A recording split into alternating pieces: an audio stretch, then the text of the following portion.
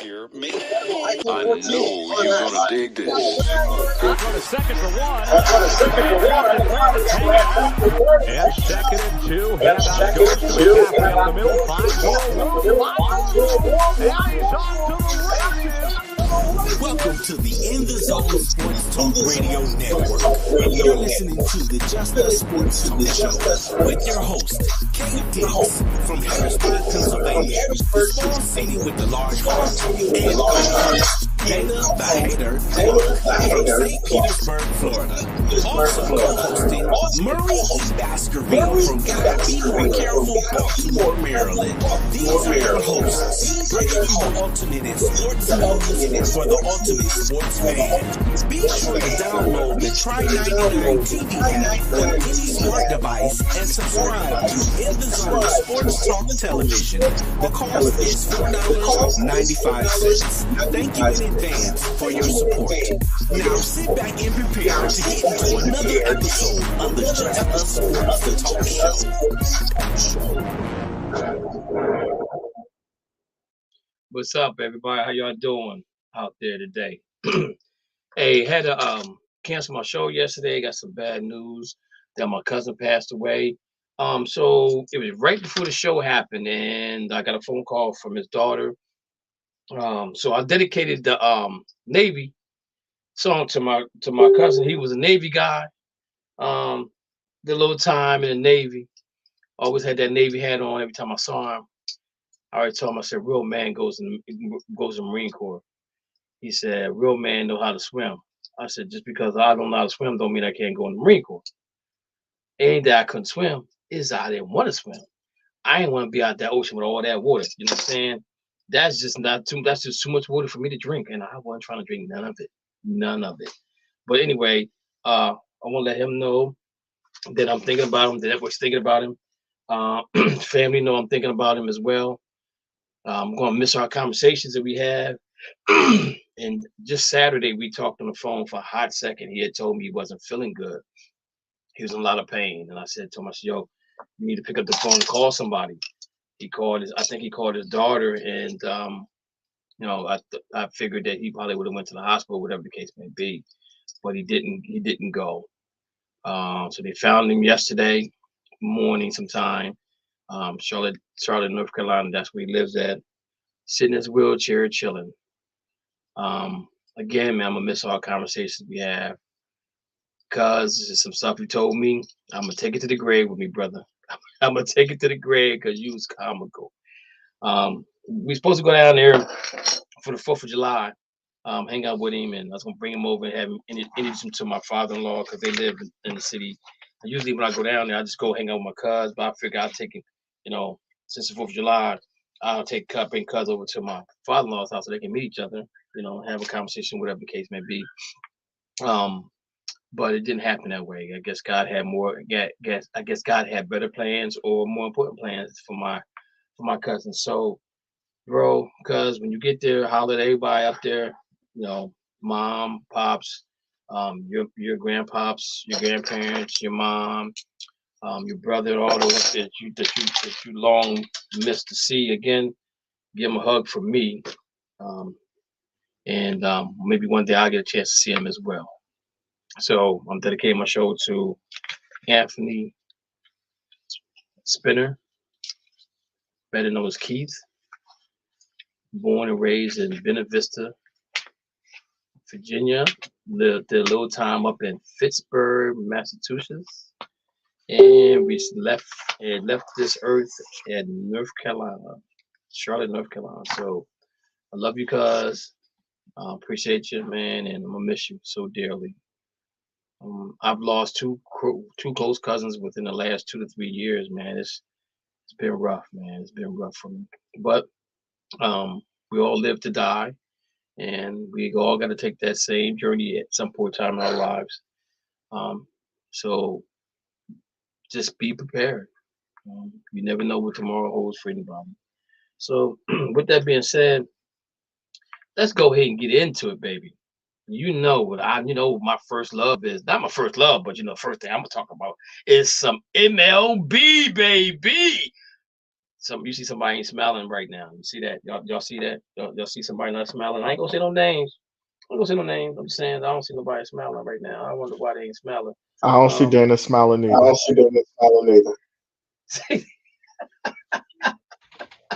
Oh my goodness.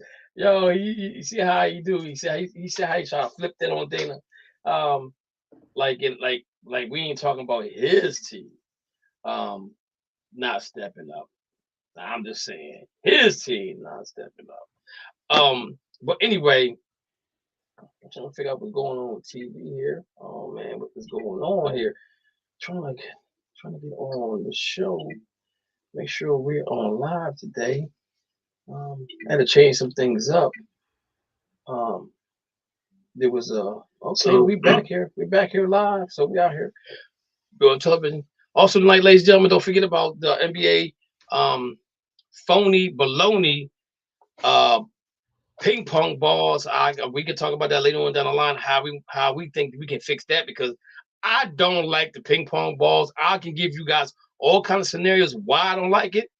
I'm gonna give you all kinds of scenarios why I never liked it, never wanted to happen, and because the ball sellers never got the ping pong ball, never ever got the ping pong ball to be number one.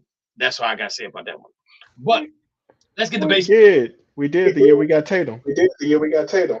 But that was traded to us. It wasn't the ping. We had the first pick.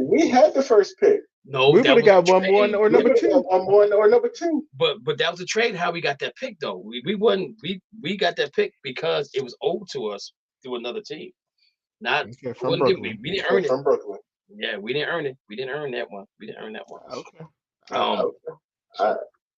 All right. So anyway, MLB standing for 2023. You got Tampa Bay Rays 31-11. They're 19-3 at home, 12-8 on the road. They are plus 120 difference in winning. They won one game to 5-5 in the last 10. Now they did play the Yankees over the weekend, if I'm not mistaken. The Yankees took 2 out of 3 to them. If I'm not mistaken, am I correct about that, Mo? No comment. Okay, no comment. Baltimore Orioles, who's a surprise team right now in the American League, they're 26-15. They're 4.5 games out of first place. They lost 2 games. They're 5-5 in the last 10. You know, I got to talk about the Haiti Yankees. They're next to last. They got a winning record, Mo. They're 24-19. Won 1 game. They're 7-3 in the last 10.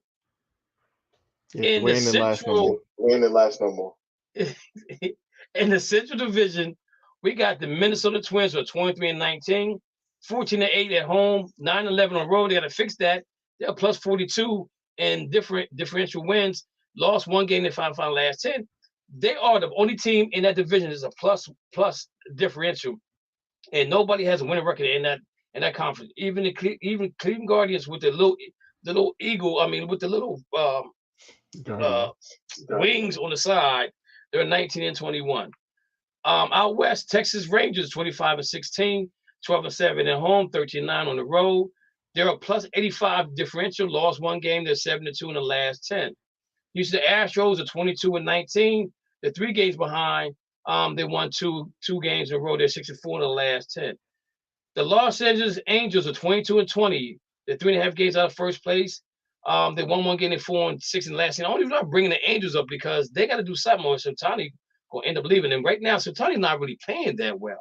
He's not pitching that well. He's hitting the bat, but he's not. You get up a lot of runs. In the National League, you got those Atlanta Braves who are 26-15. They're 10-9. They're 10-9 at home, 16-6 on the road, which they're supposed to be doing really well. They're plus 64 differential. They won one game in the final five last 10. You got the Miami Marlins, ladies and gentlemen. Hear what I say. The Miami Marlins are 20-21. 6 games out of first place, 11-11 at home, 9-10 on the road, won one game in 4-6 in the last 10. The hated Phillies are 20-21. That's all I'm gonna say about them. In the Central Division, you got the Milwaukee Brewers at 23-18, 13-8 at home, 10-10 on the road, plus 3 differential. Lost one game, 5-5 in the last 10. Pittsburgh Pirates, they hit a wall. I mean, they hit a wall hard. But they're 22-19. They're one game out of first place at 10-9 at home, 12-10 on the road, plus 9 differential. Won one game. They're 2-8 in the last 10. That's not good for them.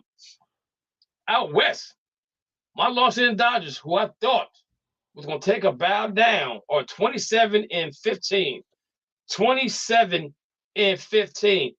27-15. That means they got the second best record in the major leagues behind Tampa Bay Rays. And they lost Turner. They lost Bellinger. They lost the other Turner that went to Phillies. They lost a bunch of players. But man, are they hitting the cover off the ball? They're 27-15. They're 16-6 at home, 11-9 on the road. That's where they're gonna have some problems at.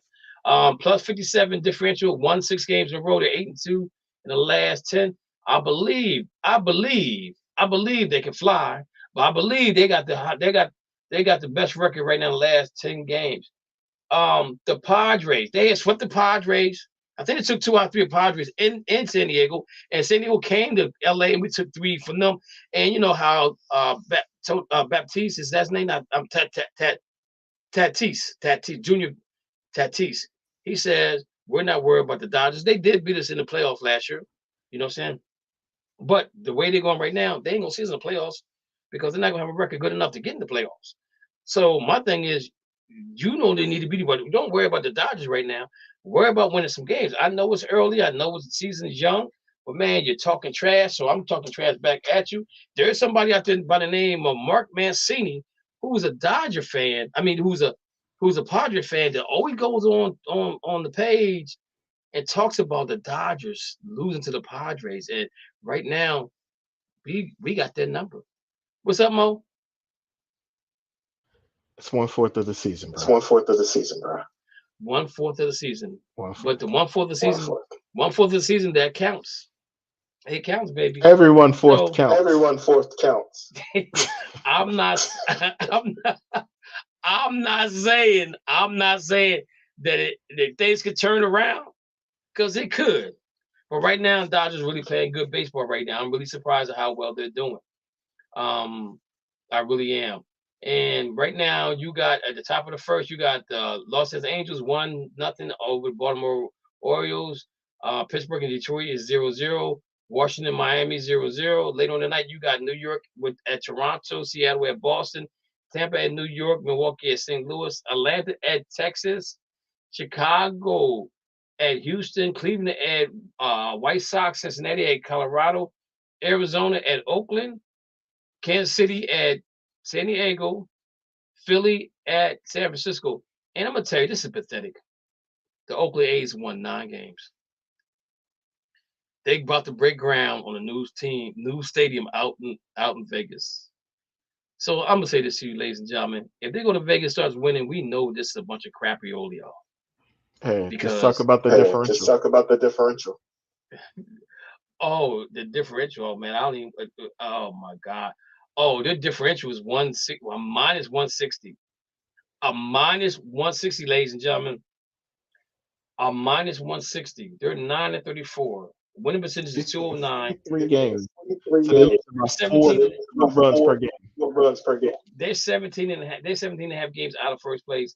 They're 4-19 at home, 5-15 on the road. But they're going to Las Vegas, ladies and gentlemen. Vegas, y'all can have them. You can have them. I just hope they keep the green in the uniform. There's gonna be some gold. Well, they already yellow. Like, do they make them gold and green? I don't know, but they got that. I think they're gonna do the They're Vegas gonna do Knights. the I think they're Vegas gonna go Knights. black and I'm gonna black say and They're gonna gold. go black and gold. I'm gonna say this though. If I'm Oakland, I'm gonna be petty. You can take the team, but we gotta keep our colors.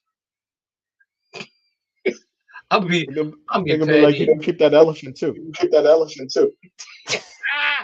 I'm gonna be real. I'm gonna be real petty if that happens. I'm telling you right now, I would be real petty if that was me. I would be super petty. Ladies and gentlemen, we're supposed to have Dana on the show with us tonight. I don't know where Dana is. I guess I don't know if it's raining down there or if FEMA's got him working extra hours again.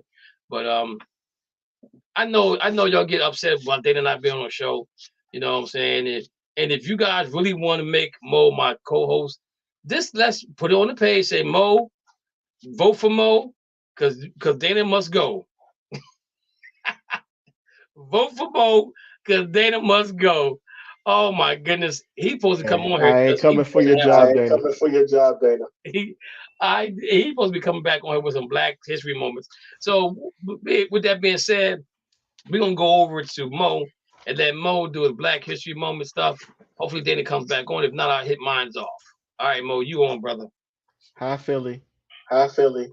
How y'all doing? How y'all doing? It's good to see you. It's good to see you. I know you ain't gonna say I nothing know back, you but ain't it's gonna say okay. nothing back, but it's okay. I still hate you. I still hate you. But this is love for Philly But tonight. this is love for Philly tonight. So let's talk about So let's Bill talk about Cosby. Bill Cosby. Everybody knows Bill. Everybody knows Bill. Either you know him for being a Either great you know him comedian, for being a great comedian, you might know him for you being might know him for the leader of the being Cosby Show. the leader of the Cosby Show, You might know him for dropping a you little might know him for pill dropping a little pill and some women's drinks. and some women's drinks. He wasn't a boxer, but he He used wasn't a to. boxer, but he used to. All right. All right. So Bill Cosby, Bill Cosby, born in born in 1937, 1937, still alive. So we're still talking about people alive. that's So we're alive talking today. about people that's alive. He was a comedian, He actor, was a media comedian, actor, personality. media personality. Everybody used to love him for Jello Everybody used pillow to love him pops. for Jello pillow pops. Did I say pillow or did I say pudding? That sounded pretty bad, didn't it? Pretty bad. You said pill. I did. Oh, I did say pillow Did. pops Oh, I did say pillow because pops. he was popping He said pills. pillow Because he Oh, was my pops. popping bad. pills. I'm gonna stop, Philly. I'm gonna I'm gonna stop. stop for that. I'm gonna stop. Jello pudding pops. Jello pudding pops. I like my pudding pops.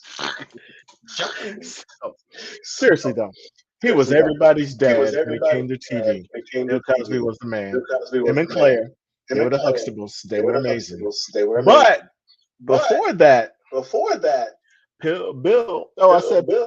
Oh, good Lord! It's just on the good Lord, brain now. it's just on the brain now. I'm gonna get myself together. I'm gonna be better. Bill Cosby. How about we go by his real name because that'll be easy. Oh, William. Yeah, I call him William, or I said Will. Still rhyme with pill. That's kind of messed up. Anywho, Bill Cosby went to Temple University, which is in Philly. He was born in Philly. He went to Temple, but what most people don't know about, man, I almost said it again. What they don't know about Bill is that Bill actually played basketball. He played football. Bill was on the track team. Bill also played baseball. He was amazing when he was younger. He was a great athlete. So, but most black people at that time period were great athletes. You know why? Because there was nothing else to do. So at that time period, when he was growing up, he was a great athlete. He studied physical education. He ran track. He played football on the college football team. So he was a great athlete. He bartended at a Philadelphia club where he actually started making money by telling jokes, and that's how he became a comedian. He actually dropped out of Temple, actually went to become a comedian, then he actually went back. Actually was probably one of the first people ever that got a degree referred to as life experience. So what we now call prior learning assessment is what he actually got his degree on. Then he began his graduate work at Amherst, UMass Amherst, where he received the Master of Arts in 1972. So the reason I wanted to talk about Bill, though, is Bill has done so many different things with opening so many different avenues for then comedians just to come back and take him out. So if you don't remember what happened, my boy Hannibal Buress. So Hannibal, we call him Judas now for what he did to Bill. Because he said, as part of his comedy routine, addressed Cosby's legacy of talking down to young black men about their mode of dress and lifestyle. He actually was the one that talked about, yeah, go go Google Bill Cosby rape. That was in October 2014. That's when all this actually started. Why do I bring this up? Because Philly has his great Because moments, Philly has its great moments, and Philly gets brought that and right Philly back gets down brought that right back down. to everything that we know you are, which is bottom feeders, because that's what Philly is. I really love Bill Cosby for what he did previously, but at the same time, he has been tarnished, just like Doc Rivers, who just got fired, just like Embiid. Trust the process because the process is over, but the process ain't never got over the hump. James Harden's gonna leave to either get some lemon pepper wings in Atlanta or he gonna go to Houston. Oh, this is supposed to be about Bill Cosby. My bad.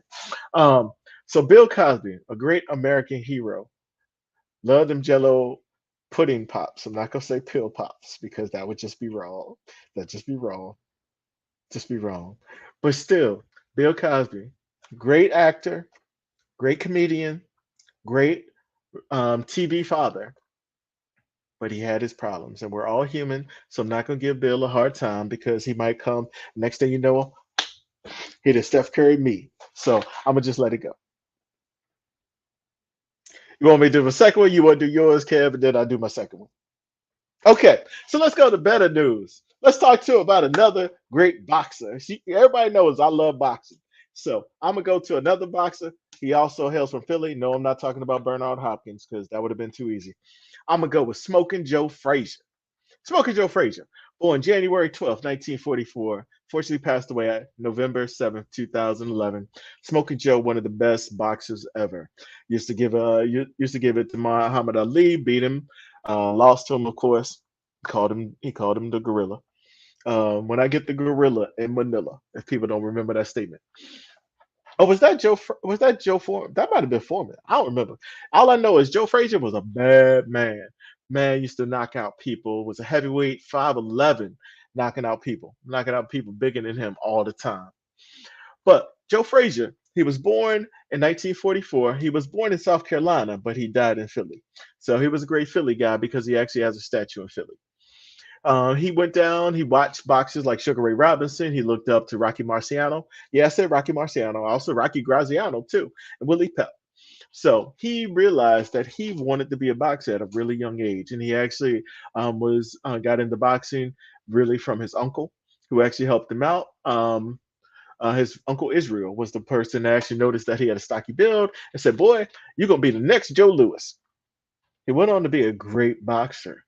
So with that, he won Golden Gloves in 1962, 1963, 1964. His only loss in 3 years as an amateur was to Buster Mathis. Mathis would prove to be Joe's biggest obstacle, making the 1964 U.S. Olympic boxing team. They met in the final of the Olympic trials. Their fight was scheduled for 3 rounds, and they fought with 10-ounce gloves with headgear. But the boxers who made it to Tokyo would wear no headgear and would wear 8-ounce gloves. Frazier was eager to get back at Mathis for his only amateur loss and knocked out 2 opponents to get to the finals. However, once again, the dust settled. The judges had called it for Mathis, undeservedly, Joe thought. His famous quote was, "All that fat boy had done was run like a thief. Hit me with a peck and backpedal like crazy," he would remark. So Joe didn't make it to the Olympic team.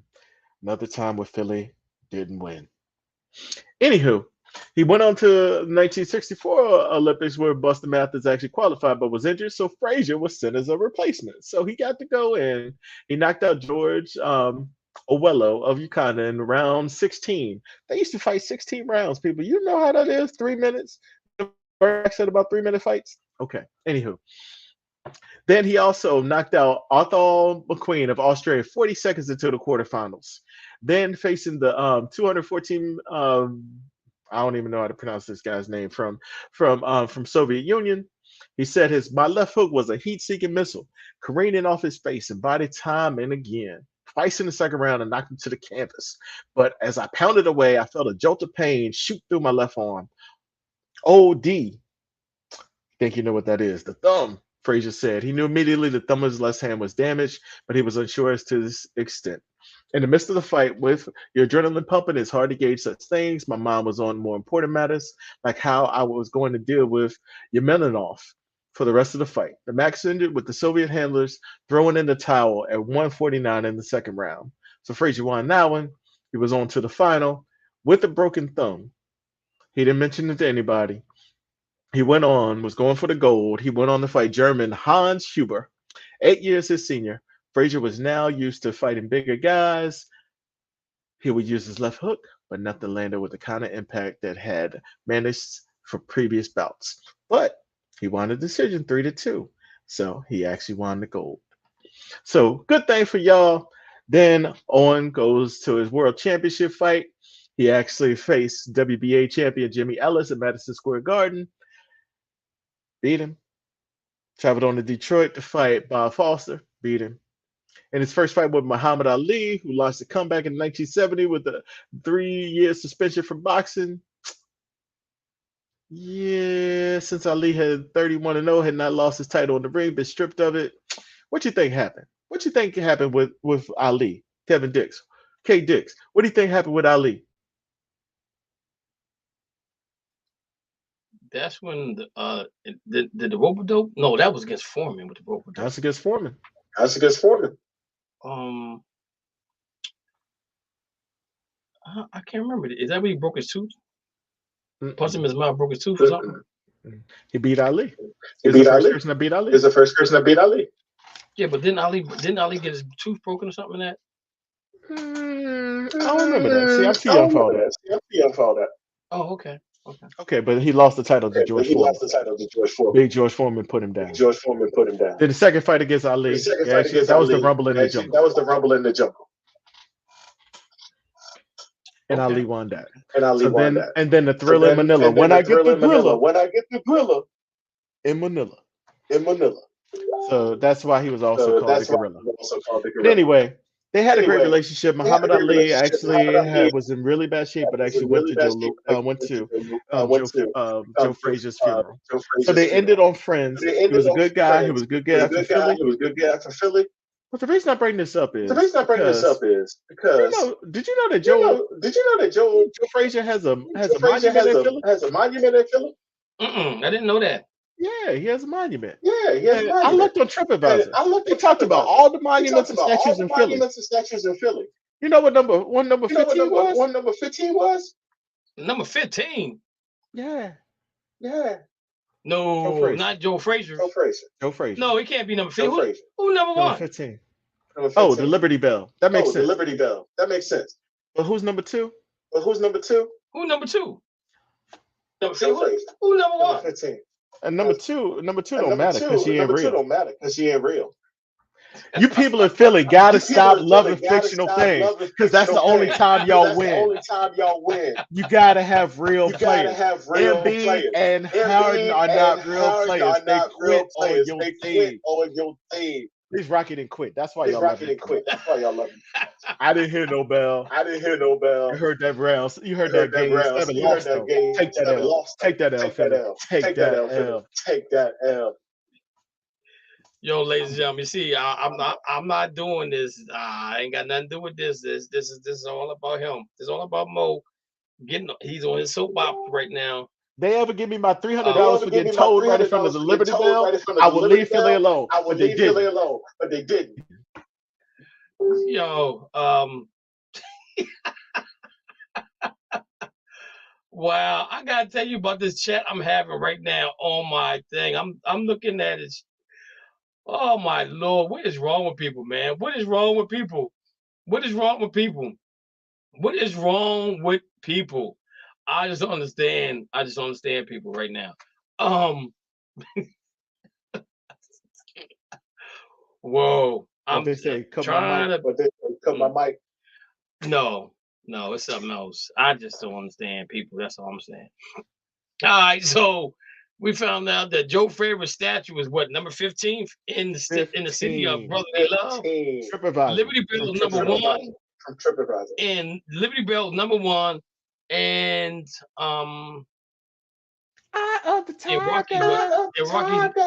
Rocky's number 2. You said. Yeah. Wow. Run Come up on, the Philly. steps. I gotta Take do a better. take a picture with Rocky. Take a picture with Rocky, Rocky. Rocky, Rocky, Rocky. Rocky. Hey, they ever Oh go have my one that God. says Hey, they ever go have one that says MB, MB, trust the MB, process, trust the the process, process. trust the process. All right, ladies and gentlemen, we're moving on to my Black History moment. We're going to talk about Madam C.J. Walker. She's the first Black female woman to be a millionaire. Madam C.J. Walker, born 1867 to 1919, was the first Black woman millionaire in America and made her fortune thanks to her homemade line of hair care products for Black women. Born Sarah bred love to parents who had been enslaved. She was inspired to create her hair products after an experience with her hair loss, which led to creation of Walker's system of hair care. A talented entrepreneur with a knack of self-promotion, Walker built a business empire at first selling products directly to Black women, then employing beauty culturists to hand sell her wares. The self-made millionaire used her fortune to fund scholarships for women at the Tuskegee Institute and donate large parts of her wealth to the NAACP, Black, the YMCA, and other charities. Madam C.J. Walker um, was inspired by there was a problem. She had something wrong with her scalp, um, caused her to lose her hair. She came up with a treatment that would completely change Black hair care in industry. Walker's method, known as Walker System, involves scalp preparation, lotion, and ironing comb. Her customs, her custom promenade was a wild success. While other products, Black's hair largely manufactured by white businesses were on the market, she differentiated herself by emphasizing this attention to the health of the woman who would use it. She told her home she sold her homemade product directly to Black women using the personal approach that wore her loyal customers. She went on to employ a fleet of saleswomen to sell the product, whom she called beauty culturists. Madam C. Walker, first Black millionaire in America. It says Walker moved from Denver, Colorado. She moved to Denver, Colorado in 1905 with just $1.05 savings in her pocket. Her products like wonderful hair grower, Glossian, and vegetable shampoo became the gain to Lowell father's changing her fortune. Charles J. Walker moved to December 1906, and that's where they were married soon after that. At first, her husband helped her with marketing, advertising, and mail orders, but as the business grew, they grew apart, and the two did divorce. Madam C. Walker, first Black millionaire. Yo, that's what's up, ladies and gentlemen. That's what's up. When they tell us you can't do it, we do it anyway. We do it anyway. That's what I'm saying. You tell us we can't do it, and we do it anyway. I want somebody to tell me I can't do this, so I can be more motivated than what I am right now. But I am motivated. I am motivated, ladies and gentlemen. I really am motivated. Again, you guys can check us out on. You can stream us on Try 99 TV. Down it says right at the bottom of the screen here. Also, I have a link that you can click on. You can also check us out on YouTube. Um, I'm on Facebook. I'm on Twitter. I'm on every social media out there. I try to promote what I do for the business that I'm in, which is um, talking sports. So let's get right to it, ladies and gentlemen. John Morant, bro. I was 23 years old, but the 23 year, the 20, when I became 23, I was a grown man. I was working, providing for my family. I was working hard. I was getting up at 6 o'clock in the morning, running 10 to 12 miles every other day, going through physical training every day, PTing almost every day, walking around with a rifle on my back. So I can't relate to you at 23. But what I can say to you when I was 23 was, bro, what are you doing? What are you doing? You're about to mess up so much cheese right now. So much cheese. I don't know when the video was taken. I don't know when the video was took. I just know there was a video out there. I would have been okay It if they was said live. to me, I would have been okay if they said, well, this video was taken after the fact that we had this conversation. I mean, before the fact we had this conversation, not after. But if the video comes out and says you did it after you sat and talked to the commissioner, after you said you did all the right things, after all the conversation you had, you talked about it, and you come out and do this. It was And live, I'm gonna Kaz. say this too. It was on I'm gonna Facebook say this. Live. Facebook It Live. was live. Was live. I have friends, right? That went down the wrong pathway in life, right? And they did some things that they wasn't proud of, but they did what they did. But then when I found out what they did, I'm like, bro, we cool. I love you like a stepbrother. I will do anything for you. But what you into right now, I can't help you. I can't be around you. I can't associate myself with you because I have a career that I have to think about. I have a family I have to think about. So I can't do those types of things because if I do those types of things, then I'm putting my family in jeopardy. I'm putting my finance in jeopardy. I'm putting my career in jeopardy. And I can't do that, you know? And he respected me for that. But the boy that got kicked out the stadium that can't even come back in is the one you was hanging out with again. Yo, I get it. I get that's your boy. But do some of your boys you hang around with get jealous of who you are? Do some of your boys go around talking about you behind your back? Your boy that got kicked out of the stadium is the one that shot the video. Now, guess what? Now y'all can just shoot. Y'all can just hang out all together because member said, "Yo, we can't. We don't even want you in the building at all." NBA's coming down hard on you. I'm be honest with you. He should have got a fine the first time. That 8 games suspension or whatever they gave him.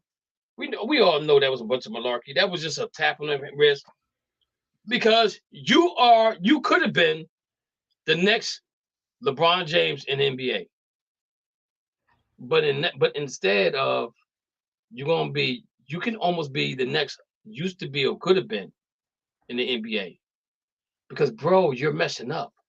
You're not a rapper. You're not a singer. Rappers, singers can get away with that. What they gonna do? They gonna say, "Oh, you're a rapper. You can't carry a gun, so we're not gonna do a performance." But that's what you rap about. So they're gonna bring that money in. You as a professional athlete can't do that. I don't understand this point. Where is why? I mean, my thing is, I know them your boys. I know. Iverson, go, man. Do me a favor. Go talk to Ray. Go talk to Ray Lewis for one. And go talk to Allen Iverson for two. Talk to those dudes, right? Talk to those dudes. Ray Lewis gonna say to you, "My mom got me straight." Allen Iverson gonna say he might say to you, "If it weren't for Reebok, I wouldn't even have no life," because they were smart enough to put some money aside for him when he turned 55 years old, that he'll still have some money. But John, what are you doing, dude? Man, you're a likable dude. Everybody likes you. Your basketball IQ is off the chart. You know, now I'm kind of concerned about your character because he went to Murray State, right? So why didn't you go to a Big Ten? I mean, a Pac-10, a major college team, major five powerhouse team? Was it because of character issues? Was it because of the friends you're hanging around with? Because in college we didn't hear none of this about you. You was a model citizen, man. You did what you had to do. I know money changes people, man. I know they do. But Dad, where are you at in all this? Dad, where are you at? I gotta call you out, Dad. I'm sorry. I gotta call you out. You know what I'm saying? Because if you're not telling your son to make better decisions, then you're part of the problem. You're part of the problem. This man is about to lose. I mean, he has money, right? But he don't have generational money. And what I mean by generational money is like when he died, to the 12th power, generations got money because of him. This is what we're talking about, generational money. He don't have that money right now. He's working to get to that money. But if you keep doing what he's doing, he's not ever going to see it. The one thing about the NBA is so forgiving to the players. If this is baseball, he'd probably be done. If it's football, he definitely would be done. He wouldn't even see he would not see another season, not this year. And then he would have to go in there and talk to the commissioner, explain to him about this, about that, the whole 9 yards. Yo, bro, I love you. I love your game.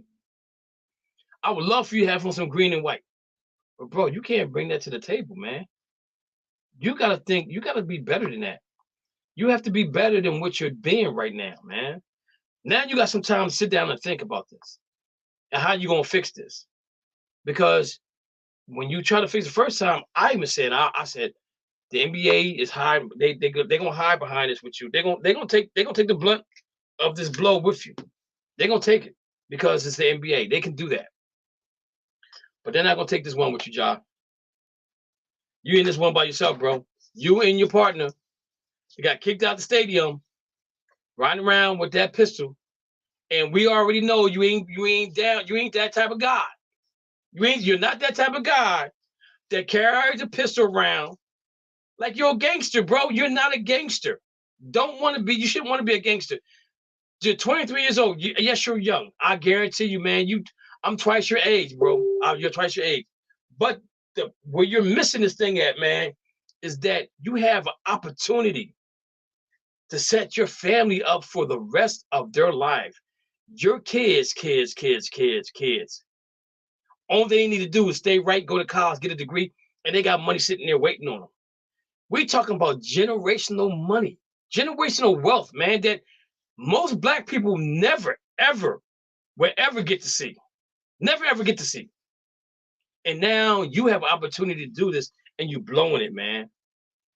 I'm not mad at you. I'm just disappointed. You know what I'm saying? I'm disappointed in your actions. I'm disappointed in what you're doing because you could have been the face of the NBA. Now you're not going to be the face of the NBA. I'm going to say this right now. If Boston goes on and wins the title, then you can count on, light-skinned as he is, Jason Tatum being the face of the NBA. I'm telling you that right now. You can say what you want to say, but I'm telling you right now, he's going to be the face of the NBA. If they go on and win this title this year, he's going to be the face of the NBA. And the only thing you can do is say to yourself, smack your boy in the head because he posted a video, and you doing what you're doing. It's not cool, man. It's not cool at all. Mo?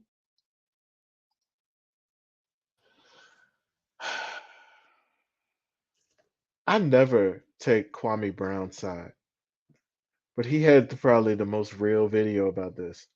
He called him NBA dumb boy, and it fits. The video one of my friends sent to me, and I was just like, Kwame's right. You are NBA dumb boy.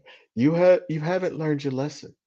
And we are about insanity, doing the same thing over and over, expecting different results. Why do you keep trusting your boys? I understand. Unless you're trying to get that NRA money. You trying to get that NRA money? I get it. I try to get that NRA money too. Because you get endorsement from them, you gold because they're the biggest thugs in the whole world. So you get money from them, I get it. But if you ain't trying to get money from them and you trying to just show people you got a gun, people know you got both your parents. They know you went to Murray State. They know you ain't a thug. You go to the hood with that, everybody know you ain't gonna use it. Somebody gonna take you for your watch, they gonna take you for your chain, and they gonna laugh at you. What about if you get sent to jail? They gonna pass you around. Be like, yeah, I had John Morant. I had John Morant too. Dude, this is not you, bruh. This is not you. I don't even understand what's going on. I mean, ain't like midlife crisis happening in your 40s, not in your 20s? I don't get it, bruh. I don't get it. You you gonna get Kwame said it just like this. He said, you making 31 million guaranteed, and go tell he said the white man, white man, the owner, which also means white man. But he said, you gonna let him take back your money because you gonna say, no, you gave me too much money. Go ahead and take it back. What? What are you doing, Ja? I don't get it, bruh. I don't get it. The NBA won't let you give back money, but you giving back money right now. I don't get it. I really don't get it. I ain't got nothing else to say, Kev, because I don't get it. I really don't get it. I don't understand stupid. I ain't gonna try. My mama told me don't try to understand stupid because the only way you're gonna understand stupid is being stupid. Yo, he's the smartest dumb guy I know. That's all I gotta say about that one. That just don't make no sense, man.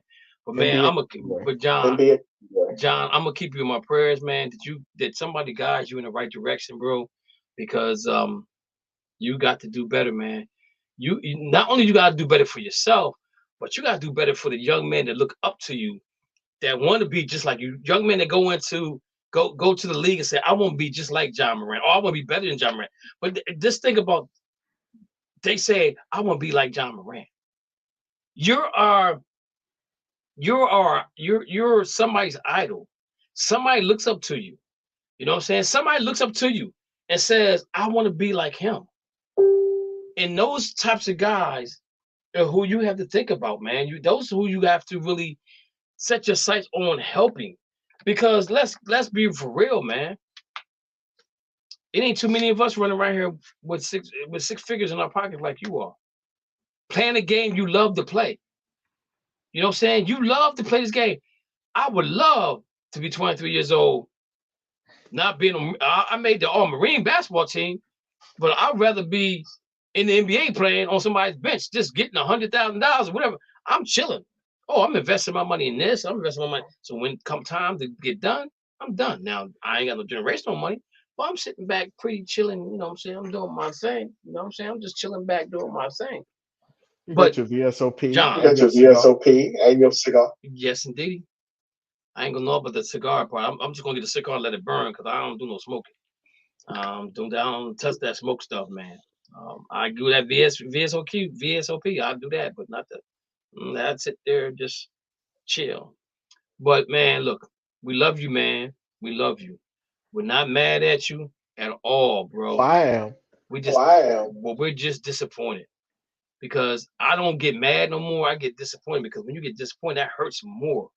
When you say you're disappointed, because now they go back and look and say, man, he didn't say mad. He just say disappointed. You know what I'm saying? Because we know you better than that, bro. We know you better than that. So let's rebound from this thing and let's be better than what we were. Let's be better than we were today, tomorrow, man. All Let right, me say guys, one check more this thing out. about Let that, me say one more Kev. thing about that, Kev. Go I'm a ahead. Christian, I'm so a I don't Christian, judge anybody. so I don't judge anybody. But you got to be But dumb you to keep got to doing be this. dumb to keep doing this. I ain't judging you. I ain't I ain't judging you. calling you dumb. I ain't But you calling got to be you dumb. dumb to keep doing You this. got to be dumb to keep doing this. Yeah. So next up, ladies and gentlemen, you guys know the playoffs, NBA playoffs are right here, and the Boston Celtics went Game 7. Like I said, I called a gentleman's sweep. I did call a gentleman's sweep, and Harden with that overtime win messed up my whole thing. So my friend, after we beat them, after we won them with 2 games in a row, they made it put us up 3-2. I called him after that the other win in Philly. He didn't even answer his phone. Phone just rang, bring, bring, bring, bring. The person you're calling doesn't have a inbox set up. You have to call back at another time. Bring, bring, bring. Then the phone just don't do nothing. Like he cut it off. And then they win game 6. No, game 5. Because we won game 4. They win game 5. I'm tied up, and then he calls me. I don't even answer the phone. And I finally talked to him today. and he told me some sad news about him that I can't even get on him no more. But I'm gonna let this thing with him health wise get better. But I'm going at him as soon as I get the opportunity. Opportunity. Sixer fans out there, I'm gonna say this to y'all. I got one dude who's inboxing me. He's on Facebook talking about Jason Tatum don't show up against the Golden State Warriors. He showed up and showed out against the 76ers. I know that much. I know that much. But he inboxed me, because he wanted me to be quiet about it. And I'm gonna be quiet about it because I'm a humble guy like that. I'm not gonna be on Facebook blasting Sixers no more. Because you know what? How many coaches have we fired that was 76ers coach? Billy Cunningham.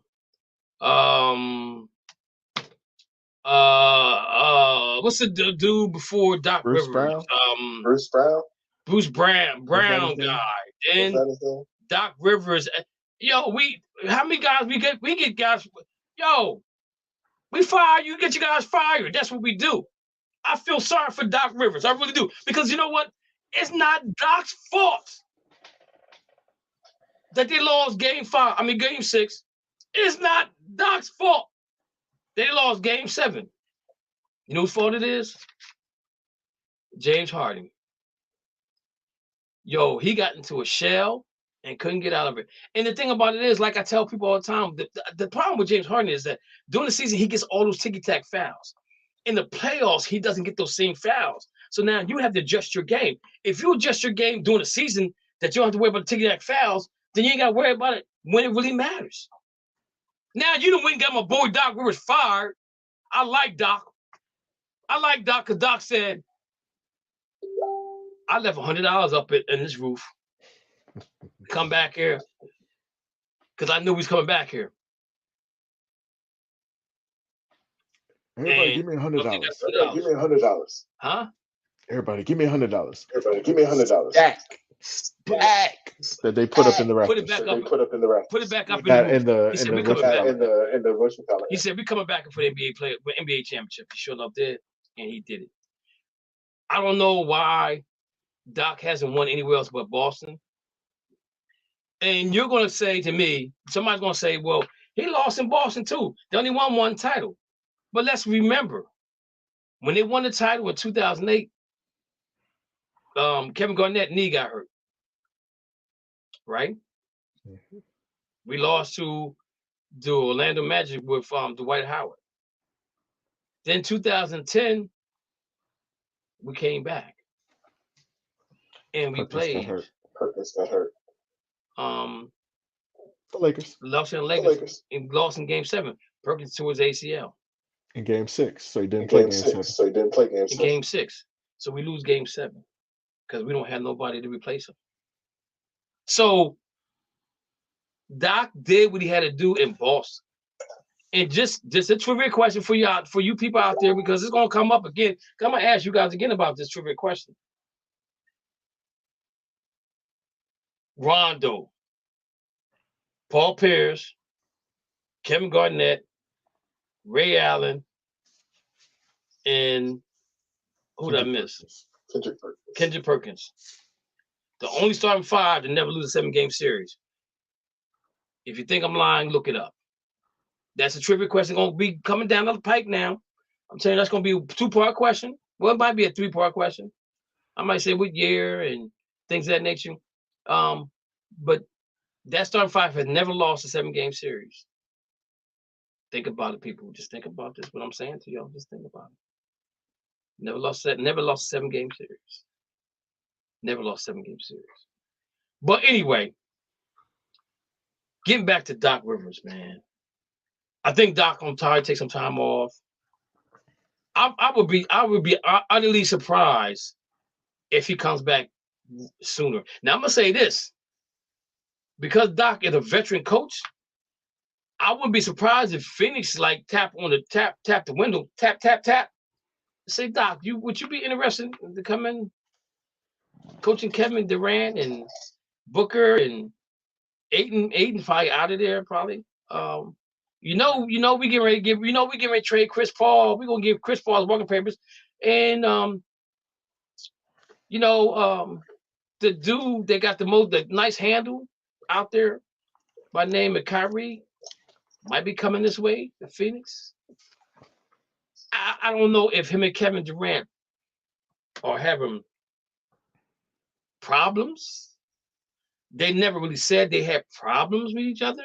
Kevin Durant always took Kyrie's back on anything when it comes to the Brooklyn Nets.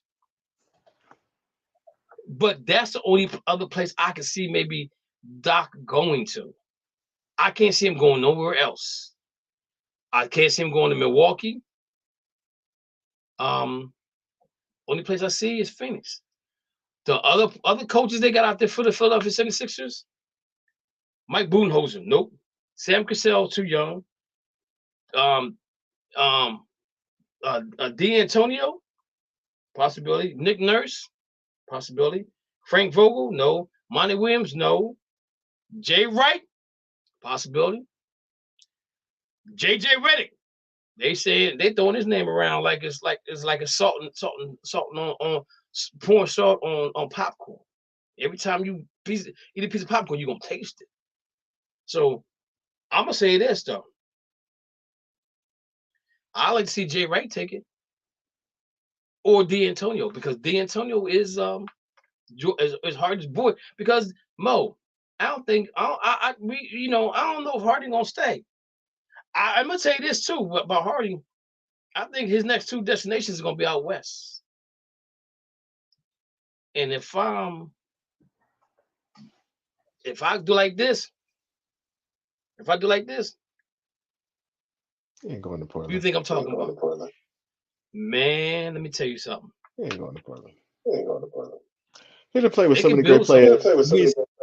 He's him and Al Horford are the two that haven't won a Western Conference. But Mo, the thing about it out there, only thing he gotta do is he just gotta be the assist guy. That's what he gotta do is be assist guy. I think he there's some the problem is the money. That's the problem, because you gave up in game 6 in the fourth quarter, and you gave up in game 7 in the middle of the third quarter. So now, how hungry can you be going forward? Is it all about the money? But Mo, let me ask you a question. Did James Harden see this coming? Because he only signed for a 1-year deal. And the rumors was they're about to give him, he's about to get the brake truck this year if they would have did right by him. So now, a question going back to Doc Rivers. Doc, I love you, man. You brought us a title in 2017. I honestly believe you're gonna take some time off. You might get back in the booth. Has the game passed Doc by? It's a possibility. But you know what, though, Mo? You know what Doc had in Boston that he didn't have nowhere else? Kevin Garnett. No, Tibbs. He didn't have that defensive-minded guy. Tibbs was the one. Sam Cassell's pretty good at defense, though. But I don't know if Sam is the assistant. I don't know if he's the defensive guy there, or he's just there to motivate the guys on the bench when they come out of the game, or tell them what they, got that one coach like me. I used to be that coach that sit there, come on out when you come out the game, you get mad. I said, come over and sit down so I can tell you what the coach told me. This is what the coach told me to tell you.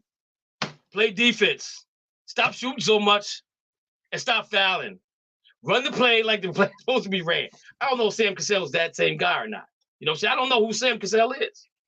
But I'm just saying, though, Tibbs is the dude. You know what I'm saying? And I told my brother when Doc was saying to Joe at the end of the game, he's whispering there, he said, yo, you got extra spot for me over there on that bench? Because I'm about to get fired. But I love Doc, man. And I think Philly made a mistake with this right here. Especially if they don't bring Harden back, why fire Doc Rivers? Because now you got money to bring in somebody else that you need to bring in. So now this is where Dame time could be the answer for Philly going forward. He don't need to be the point. Maxey can do what he do off the dribble. Maxey probably the fastest dude in the NBA right now from one end to the other. Maxey probably takes 4 steps at half court. I mean, he takes 2 steps at half court. He's run so fast to get to that basket. I love Maxey's energy. I love how Maxey plays. Wait, you're probably right because one is going to be suspended. Because he dumb. Who's suspended? Ja is faster than him. You think? Nah. First of all, Ja got long arms. I think Maxey faster, man. I think Maxey faster. But don't be surprised if Dame, like Joe B said, me and Harden can't do it by herself. He can't do it alone. But you got Maxey there, so it ain't just and Hardy's the third scorer. Maxey's the second scorer. You know what I'm saying? Maxey's the second scorer. So I don't understand what Joe, you got that confused, man. I mean, the Sixers got a good team. The problem is everything they do it so they can beat Boston. They hired Doc Rivers to beat Boston. They took Al Horford away from Boston to beat Boston. They bring James Harden in to beat Boston, and they don't beat Boston. They ain't beat Boston in a series since 1983, over 40 years ago. And they fired the coach. We get the coaches fired. But again, I think that in even with Harden, I mean, even with Joel Embiid being hurt as much as he was, he played really good. Al Horford really did a good job on Game 7. I think he's fatigued. And you know, basketball players, you know, when they start pulling on your shorts, when you start at the foul line, you hold your short, pulling your shorts, that's a sign of exhaustion.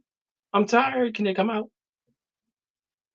But anyways, I'm mad because they got rid of Doc, because Doc's not the reason why they lost. He's not the reason why he lost, man. Come on. He's not the reason why he lost. And maybe Doc got the most losses in Game 7s than anybody else that's up 3-2 than anybody else. So that tells you something, right? At least he gets you there. He gets you. You can only do so much coaching. At some point, the players got to step up. You know what I'm saying? True. Embiid is right.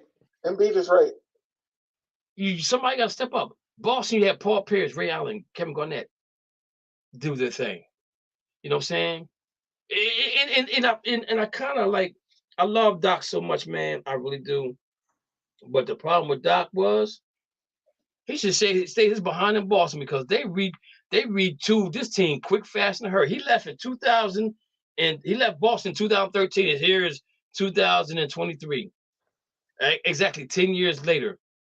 And Jalen and Jason has been in the playoffs every year they've been in the NBA. So they came in 20. He left Boston 2013. So they came in a year after he did, 2014, 2015. And they've been in the playoffs ever since. Mm-hmm. Come on, Doc, you should have stayed. But then he said, yo, man, if you don't want to stay, I understand. I understand. I don't agree, but I understand. You know what I'm saying? I'm just mad that they fired Doc Rivers. They should not fire Doc Rivers. I don't care what nobody say. Sixer fans don't really know basketball. If you telling me that Doc is the reason why that shit got fired. So you're going to fire Doc last year because my man was, who they lose to last year? They lost to Atlanta last year. Wasn't Embiid on? No, yeah, Ben Simmons on the team. So blame Ben Simmons on that, right? Ben Simmons, they got Harden last year. Yeah, was it last year? The year before last? They got Harden. They traded Harden last year. And Ben Simmons didn't play it all last year. For Brooklyn. The year before that, they lost. The year before that, they lost to Toronto on the last second shot. Yeah. But you gonna blame it on Doc Rivers too? I told y'all Philly fans that Ben Simmons was trash. TRASH capital when you drafted him. I told you. Y'all called me a hater. I'm just hating on the Philly fan. I'm Philly saying, you a hater. I ain't hating. I know basketball players. And he ain't one. when your country don't even want you to play for you, that should tell you something right there. But anyway, getting back to Doc Rivers, shouldn't have been fired. Somebody needed to step up. Nobody stepped up. But I mean, Boston did smack him in the behind with them 3-point shots. They was woof. And I mean, Mo, none of the 3-point shots were really contested. They were wide open shots. So, you know what I'm saying? It is what it is. But he gave 7. But Doc, because they quit. They quit in the third quarter. They quit in the third quarter. Doc, we love you in Boston. If you want to come back and be assistant, we all down for you. But you probably take a year off to just chill and relax. Mark Jackson's name keep popping up for Milwaukee job. So, Mo, for the Suns job, who you think should get that job? The 76er job? The 76er job? Phoenix Suns. Oh, Phoenix Suns. Okay. Okay. I like Budenholzer for that. I think him and Nurse actually could both win there. So I think if you're going with money, if you're dropping money, you got to go with a coach that's already won one before. Okay. So who you got for the Sixers coach though? Good question. I actually think they go a different route for the 76ers one. I think they're going to try and give it to J. Wright. I think they're going to try and bring him in. But I think they're going to go for what's his name? He's an assistant. That had ties to Philly before. Wow, I just forgot his name. Oh my goodness, I really can't remember his name. Oh, sorry. Monty Williams. Monty Williams used to be in Philly. He was an assistant in Philly. I thought maybe you were going to say Stackhouse. Stack ain't ready. He's still at what's it called? He's still in college at Vanderbilt, right? So you got Jay Wright and Monty Williams. I don't know who can go to the Sixers. I really don't know. You got for the Suns, you got Mike Budenholzer and Nick Nurse. And for the Bucks, who you got? I think Nick Nurse is going to get that job. I think they're looking for a guy that's going to instill. Because Nick Nurse was bored in Toronto. He said that himself in the season. End of season coaching. Yeah, he said about his future. He said, I don't know what my future is here. Yeah, exactly. So that's why he got fired. So let me ask you this question. Okay, so you got Jay Wright and Monty Williams, Mike Budenholzer and Nick Nurse for the Suns, and the Bucks. You got Nick Nurse. I tell you who the biggest loser is. Ime. If he had waited, he could have had Eddie Udoka. Oh yeah. If he wouldn't have taken that Houston job, he could have had any job he wanted. Yeah. And he would have been crazy in Phoenix. Think about it. He already has a great relationship with Durant.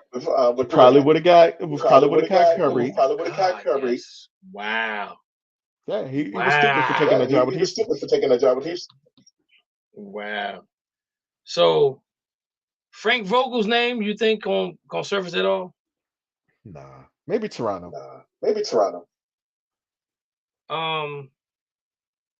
That's why I think Sam Cassell might end up at Toronto. I just don't see him as a head coach anymore. I think he's been passed over too many times now.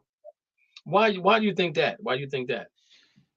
Because there's a time when you're a hot assistant. Like Darvin Ham was a hot assistant. That's why he got the Lakers job. And he got passed over a couple of times. Because he was in Milwaukee. I think there's a hot time for you to get a job. I think it's just past Sam Cassell Pie.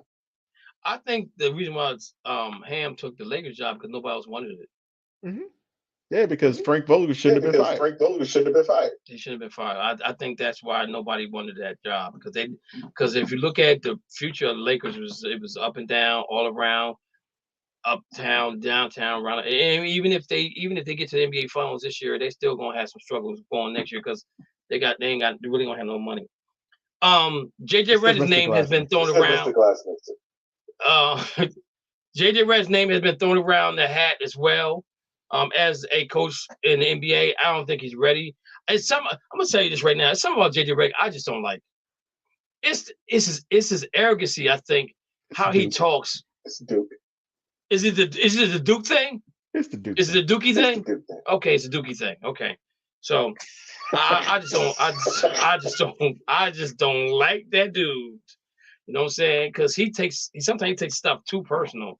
You know what I'm saying? When somebody come at him really hard, then he get, his cheeks get a little red, like he's about to become Santa Claus, the inverse of Santa Claus. His cheeks get red, so you know what I'm saying? That's my thing. So in the Bucks, you got Nurse. I got Vogel going to the Bucks. I think the problem with Monty Williams right now is that when DeAndre Ayton got his big contract, he was on vacation, chilling. He didn't even send a text message like, "Yo, congratulations for your money," blah blah blah blah. So that was a bad look on him when he did that, because now we see all this stuff coming out that the locker room ain't cool, the coaches ain't cool. The water boy is mad because they wouldn't allow to put ice in the water for the players. It's a whole lot of stuff going on in Phoenix right now that don't look good. And I think with Phoenix, they definitely got to get a coach there that's a mature coach, because the window for Kevin Durant is closing. We already know that they're not going to bring back Chris Paul. Chris Paul might as well go ahead and retire, because nobody's going to bring. This is my thing. I pulled a hamstring before, and it's the worst feeling in the world. That hurts so bad. You get that bruise that come around your thigh, the front of your thigh, the back of your thigh, down by your calf, because they pull that muscle. Man, that's a painful thing. He's a pro athlete, Mo. How do you not get ready for that? How do you keep doing that to yourself during the time? And let's think about this. He set out a lot of the season because of his pinky toe. He hurt his little pinky toe, like he did on Harlem Nights. Harlem Nights. Oh, Harlem Nights. The pinky toe. He hurt his pinky toe or pinky finger, whatever. But he was out for a while. So it's not. I mean, come on, Chris Paul. What is going on here, man? Is it that you don't stretch like you're supposed to stretch? You know what I'm saying? Because now you're damaged goods. Nobody's gonna want you. You could probably come off the bench for somebody, be a facilitator. If you give them 10 points a game, then you're good. But other than that, where are you gonna go? Phoenix got they gotta go up, because you got KD there. KD's trying to win a title. You got questions in Golden State right now about how they're gonna go, how this thing's gonna turn out for Draymond Green and Klay Thompson and Jordan Poole and who do he punch in the face? Was it Jordan Poole? He punched in the face? And Jordan Poole said, "We're just professional. We're professional right now. We don't even." So that means that they don't speak outside of the locker room. So that means Jordan Poole said, "Draymond Green, if you're on fire, I wouldn't even pee on you, because he's gonna just drive by and look at you." That's exactly what he's saying. That's basically what he's saying. I'm not doing nothing extra. So they got issues out there. So the whole West out there, the teams that are winners, have been winning the last couple of years right now, got some issues going on. Do I see Golden State going in a different direction? No, I don't. I see them keeping that nucleus together. Draymond, contracts up. I think Golden State's biggest issue is the GM. If he stays or goes, I wouldn't be surprised. If that GM goes to Houston. I'll be honest like this. I'm gonna say this. Wherever Wemby go to, he might end up going there to help out. I'm just saying. Which is about to happen at 8 o'clock. They're gonna do the balls. But Yeah, No, the Mo, balls have already been done. The balls have already been done. We just didn't. We don't Yeah. see. We don't see it. Yeah, that's sneaky. That's another sneaky link thing right there. Hey, all the So- other GMs must be in on it because all of them have been there. Because all of them have been there. They know, like I said, Boston has never had the #1 ball ever. We've lost. We've tanked. I'm sorry. We never talk about tanked. Let's not talk about Tim. We Let's didn't. not talk about We didn't tank. We did not tank.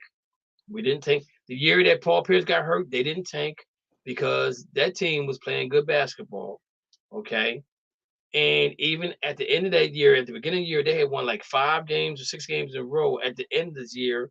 And they did the trade for Kevin Garnett because that nucleus they had coming back, they were younger, but Paul Pierce was like, yo, I'm ready to win right now. So they gave up everything to get him.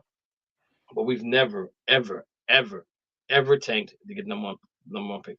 We never had anything close as called the process. I don't know what somebody said to me, you always talk all this trash about the Boston Celtics. What have they won lately? Well, they've been in Eastern Conference Finals a couple of times. They went to the finals, but it wasn't called the process. It's called drafting the right guys. And even though people didn't like Danny Ainge, look what Danny Ainge did. If they win the title this year, Danny Ainge gets a ring. I am Udoka gets a ring because he was part of the team. He gets a ring, a ring, and a ring, a ring, a ring, ring. So I don't think Danny gets a ring. I don't think Danny gets a ring though. Yeah, Danny got to get a ring because he should get a ring. Put this nucleus He should together. get a ring. But he's already with Utah. But he's already with Utah. Yeah, that's all right though. That's all right. That's a different story for a different day with Utah. So again, in the NBA, I don't know, man. I don't know. So real quick before we move on to football, I got a message from Dana 45 minutes ago that he's coming on in 20 minutes. Stop calling out Dana. Stop calling out Leave Dana. Dana alone. Leave Dana alone. Dana is your co-host. Dana is your co-host. I think his sister is the only one that watches our show. I appreciate whoever that is out there watching us. But anyway, Mo, Lakers and Denver, what you got? I'm hoping Denver in 7. I'm worried. I'm worried for Denver. I'm worried for Denver. I got Lakers in 7. If I got the Lakers in 7, I think they got how they're playing with house money right now. They don't care, you know what I'm saying? They got playing with house money. Now Denver is healthy. When they was in that bubble boom, that bubbleless. Stop talking about the bubble. Dudes, you walked across the street from the hotel to the gym. That's not no traveling. We all know that Anthony Davis got hurt. And he's playing through it. So that means he ain't gonna be healthy for the next 3 years. So they gotta win this year. Oh my goodness. Because he gonna have an ankle. He gonna have a neck. He gonna have a concussion all next year. For playing through it this year. I'm just telling you, bro. So what you got, Boston, Miami? What you got that? Okay. You went Boston in 5. I went Boston in 6. I'm going Boston in 5 this year. The reason I'm saying Boston in 5 is because finally he has put Rob Williams back in there. And he's gonna neutralize Bam. And they're gonna play with a purpose this series.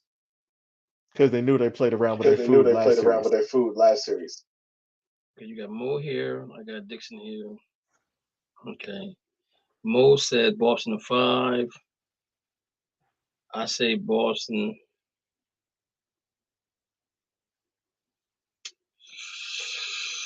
I think Jimmy can get him 1. The team can get him 2. I'm gonna go 6. I'm gonna go Boston in 6. I think they can do it. They got to win in Miami. Because Boston they're gonna hiccup as they always do, man. And that's the thing is they can't have a hiccup. They gotta play every game without a hiccup. And I'm telling you right now, if Jason is ready, if he's really ready, he's refreshed, he's really ready to do what needs to be done, then I can see them beating him in 4. Because I don't think Jimmy can go bucket for bucket with Jalen. Because Jason shoots that 3. Jimmy's down in the paint. Now, Miami to me is the bad boys of the Detroit Pistons right now, because when they foul you, at least 3 or 4 people gonna touch you. It's gonna be one foul, but 4 or 5 people gonna touch you, and I gets a little irritated there for a minute. You know what I'm saying? So I think both series is gonna be good. Rondo said Boston and LA in the finals for number 18. I don't want to see it. I I'm would. I don't sorry. want to see it. I'm sorry. I would love to see LeBron I don't want to in the see it. I finals. don't want to see Because you it. know they're gonna Because cheat I'm for telling You know LeBron. they're gonna cheat for LeBron. Jason and man, look here, They're Jason gonna and cheat for Jalen, LeBron. They're gonna cheat for LeBron. they're gonna give him something to think about. That's all I got to say. They're gonna cheat for They're LeBron. gonna They're give him gonna something. cheat for They're LeBron. gonna give him something to think about. All right, man, real quick. Hey, also there was an article that was written out about WNBA. The Aces, they got caught in a scandal and they lost their draft picks or something like that. I don't know the whole article. I did have it written down, but I left it at work. But we'll talk about that next week. So let's get into some football. Like I said, Dana said 45 minutes. He told me 20 minutes. He's gonna be here 45 minutes ago. So let's go ahead Leave Dana and alone. Leave Dana talk alone. about some football. Real quick, guys. You guys know I'm big on the power. I'm big on the strength of schedule. Some people don't believe in strength of schedule. I totally believe in strength of schedule because that's how your schedule's made up. Because if you're in third place, you get a third place schedule. If you're in fourth place, you get a fourth place schedule. But there's been teams that's been in fourth place that are not a fourth place team. And I can see if you are healthy and you lose and you're in fourth place. But most teams that are in fourth place have lost a significant amount of players that cause them to be in fourth place. So they're really not a fourth place team. They just have not the bodies to put in place for the players they miss. That is the reason why I think the strength of schedule matters. So right now, strength of schedule right now, we got the Eagles at 1, the Dolphins at 2, the Patriots at 3, Cowboys at 4, the Giants at 4, the Jets, the Bills, Commanders, Rams at 9, Raiders at 10, Cardinals at 11, Chargers, Broncos, Seahawks, 49 Chiefs, Bengals at 17. So that's almost half the team. That's half the team right there. So we go.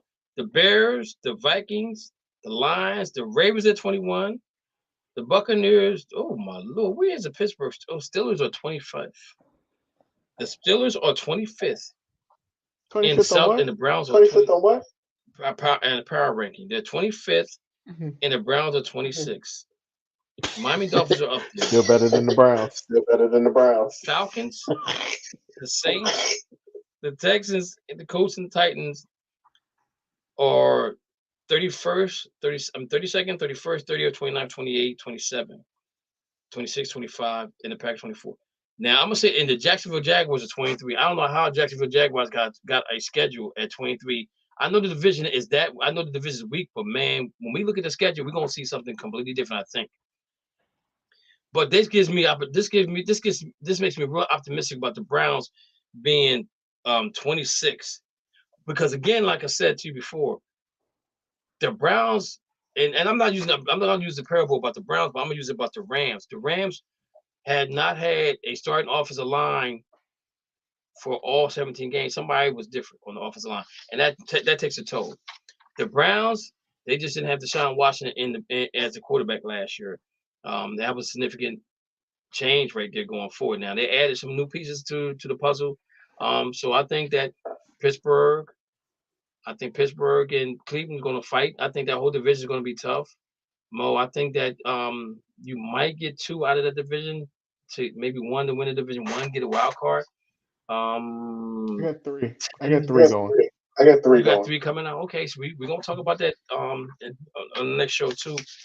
So now with that being said, Mo, Super Bowl odds: Kansas City Chiefs 600, Buffalo Bills 850, Eagles 900, Cincinnati Bengals 900, San Francisco 49ers 900, Dallas Cowboys 1500, Baltimore Ravens 1600, Los Angeles Chargers 2000. Yep. Jacksonville Jaguars 2500.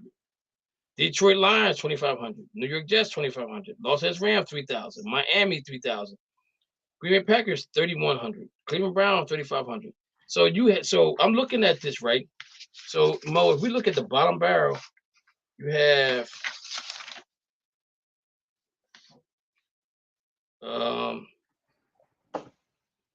nobody at the bottom is in the top 10 for Super Bowl. 1, 2, 3, 4, 5, 6, 7, 8, 9, 10, 11, 12, 13, 14, 15. 15 out of 15, you have the Browns at 3,500.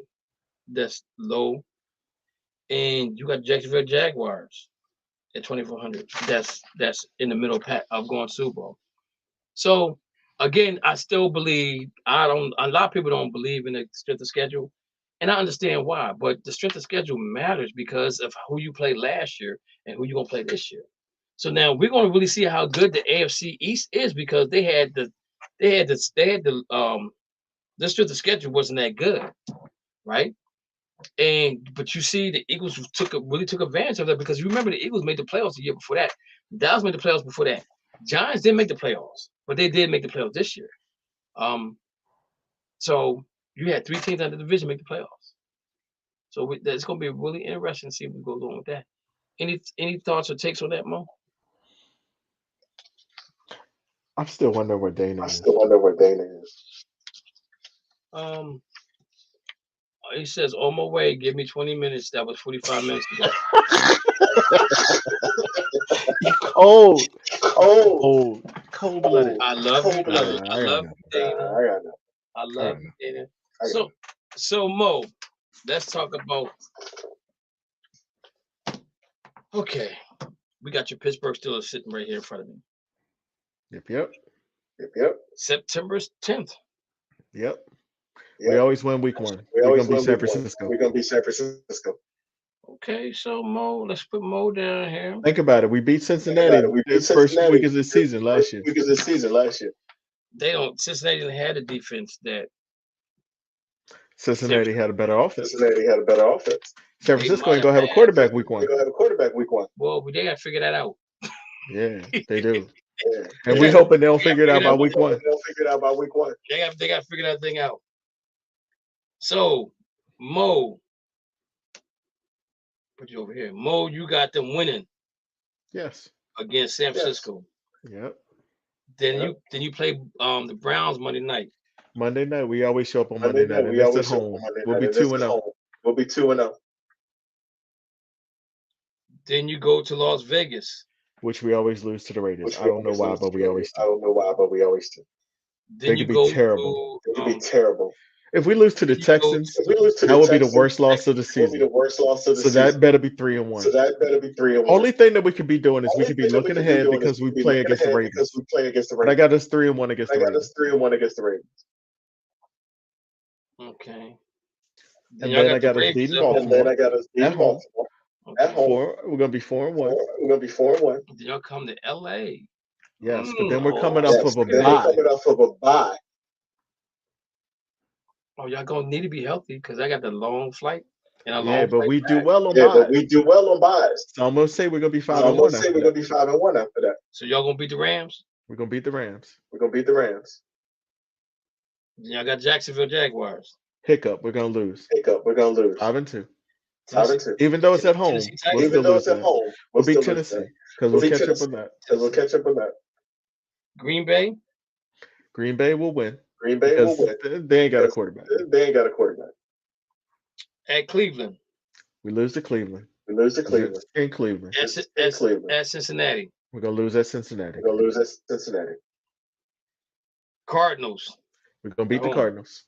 The Patriots. We're gonna lose versus the Patriots. We always lose versus the Patriots. At Indianapolis. We'll beat Indianapolis. We'll win our last 4 games. So where I see it, we're going 1, 2, 3, 4, 5. I see we're going to be 12-5. Okay, so let me see here. We're going to beat the Baltimore Ravens last week of the season because they're going to have nothing to play for. So that makes y'all 12-5. Mm-hmm. Okay, well. And the reason I said that is Baltimore has a really good schedule this year. Okay. So I think they're going to win the division. So do you think Baltimore has a better record than that? 12-5? Yeah. I think Baltimore's going to be 14-3. Okay. So let me go. Let me grab my Rams out here. Yo, I'm just tripping off to the inbox, man. I can't believe it, man. Wow. I swear, people something else. And Okay, people we like to at Seattle. distract you while you on the show. They love to try and No, distract you. I see that. I see that. At Seattle, I think that's a win for us. San Fran, they got our number. We lose that game. Go to Cincinnati. If the weather in September is going to be good, I think we get a win there. I think we beat the Colts. We lose badly to the Eagles because we got to go all the way out there. We beat Arizona. We got Pittsburgh at home. I think we win that game. I think we lose to Dallas. We beat Green Bay. We lose to Seattle at I'm sorry. No, we beat Seattle because that's gonna be a home game. We beat Arizona. We lose to that's Cleveland at home. I think we lose that game. I think we lose at Baltimore. We beat Washington. We beat the Saints. We lose to the Giants because that's December. That's gonna be out there. And I think we lose to San Francisco. I don't think we can beat. I don't think we're ready to beat San Francisco. So that's 1, 2, 3, 4, 5, 6, 7, 8, 9, 10. 10-7. I got them 10-7. I got the Rams 10-7. Dana's not here to do the Dolphins, so we're gonna leave the Dolphins alone. But let's do the Browns. And I got the Browns. I got the Rams losing to the Browns, right? Yep. So let's put that down as a win for the Browns. That's a win. Okay, so we got the Jets Thursday night. I think we beat the Jets. That's at home. I don't know why we play the Jets on Thursday night, but it is. Because they like terrible That's football. That's I'm sorry, that's a preseason game. We got Cincinnati. We own Cincinnati. So Cincinnati beat us last year at the end of the season because we had nothing to win.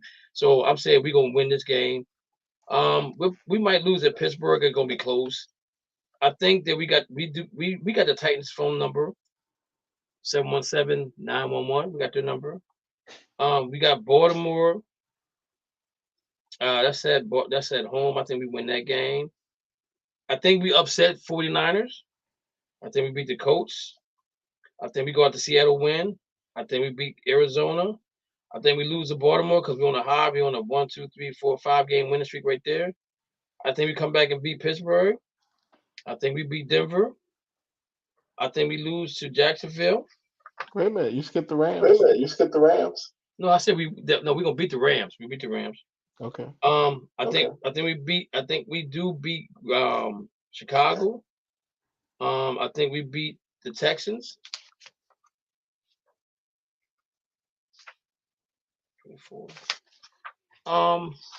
Got the Jets and the Bengals. We beat the Jets. And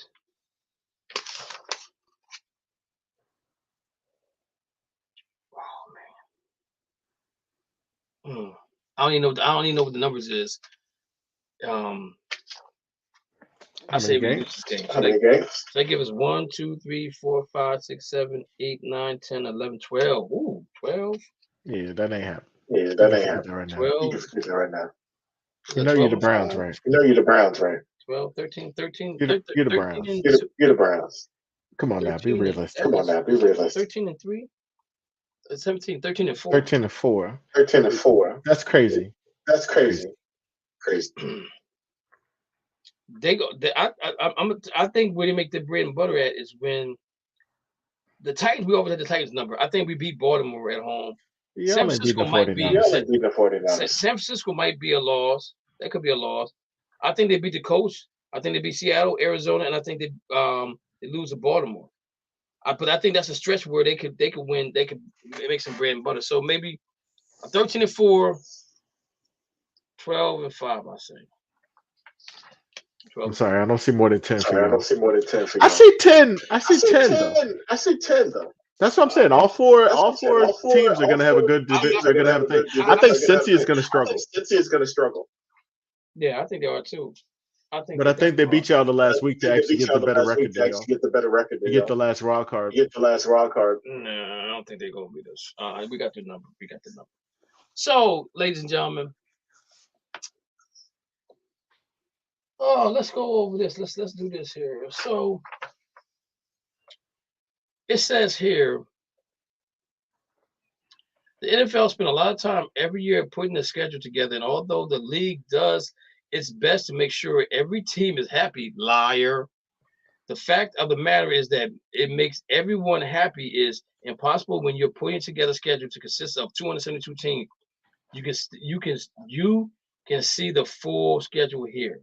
With that in mind, we went through all 32 schedules to find out one thing that should make each team happy about the schedule and one thing that probably irate about.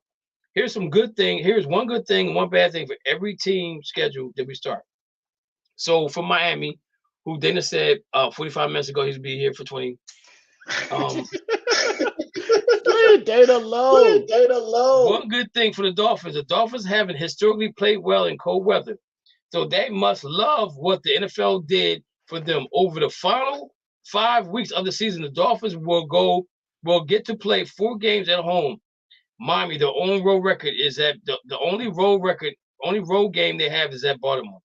One bad thing, the Dolphins are one of just 4 teams in the NFL that has played their first 2 games on the road, which definitely notable here considering the Dolphins went 3-6 on the road last season. Well, we know why it went 3-6 last week because they didn't have Tua as a quarterback. So you can't really go off of that judgment. Okay, so that's the Dolphins. So let's see where we got. Let's see where we at here. The Bengals, the Browns, the Cleveland Browns. No, Pittsburgh Steelers next. Pittsburgh Steelers. One good thing about the Steelers are only one of 4 teams in the NFL that will get to open season with 2 straight home games. First, they'll get a 49er team that could still have quarterback issues, which you said, and then week 2 they'll get the Browns team that still haven't found its footing with Deshaun Watson. Could be 2-0. One bad thing for the Steelers Steelers have to play 3 of the final 4 games on the road, and the only home game is in that span is against the Bengals. That's definitely not an ideal way to end the season. The stretch includes 2 straight road games to end the season, which makes them one of just 4 teams that have to play its final 2 games on the road. Against That's 2 one playoff good teams thing. from last year. The last 3 games are against playoff teams. Yuppers. I got them winning Next up, because they Cleveland always Browns. finish strong. Cleveland Browns. One good thing for the Browns. One positive thing for the Browns is that the starting. We got somebody on the line. I'm sorry. He must. I want to tell everybody I'm sorry. I got off work a little late. I just thought we were doing that, and I had to come up with it for my dad. So that's what took me so long. Okay, we going. I'm happy to have you here, Dana. Dana, now that you know we had you had to check on your dad. I apologize for saying 20 minutes ago that you're gonna be here 45 minutes.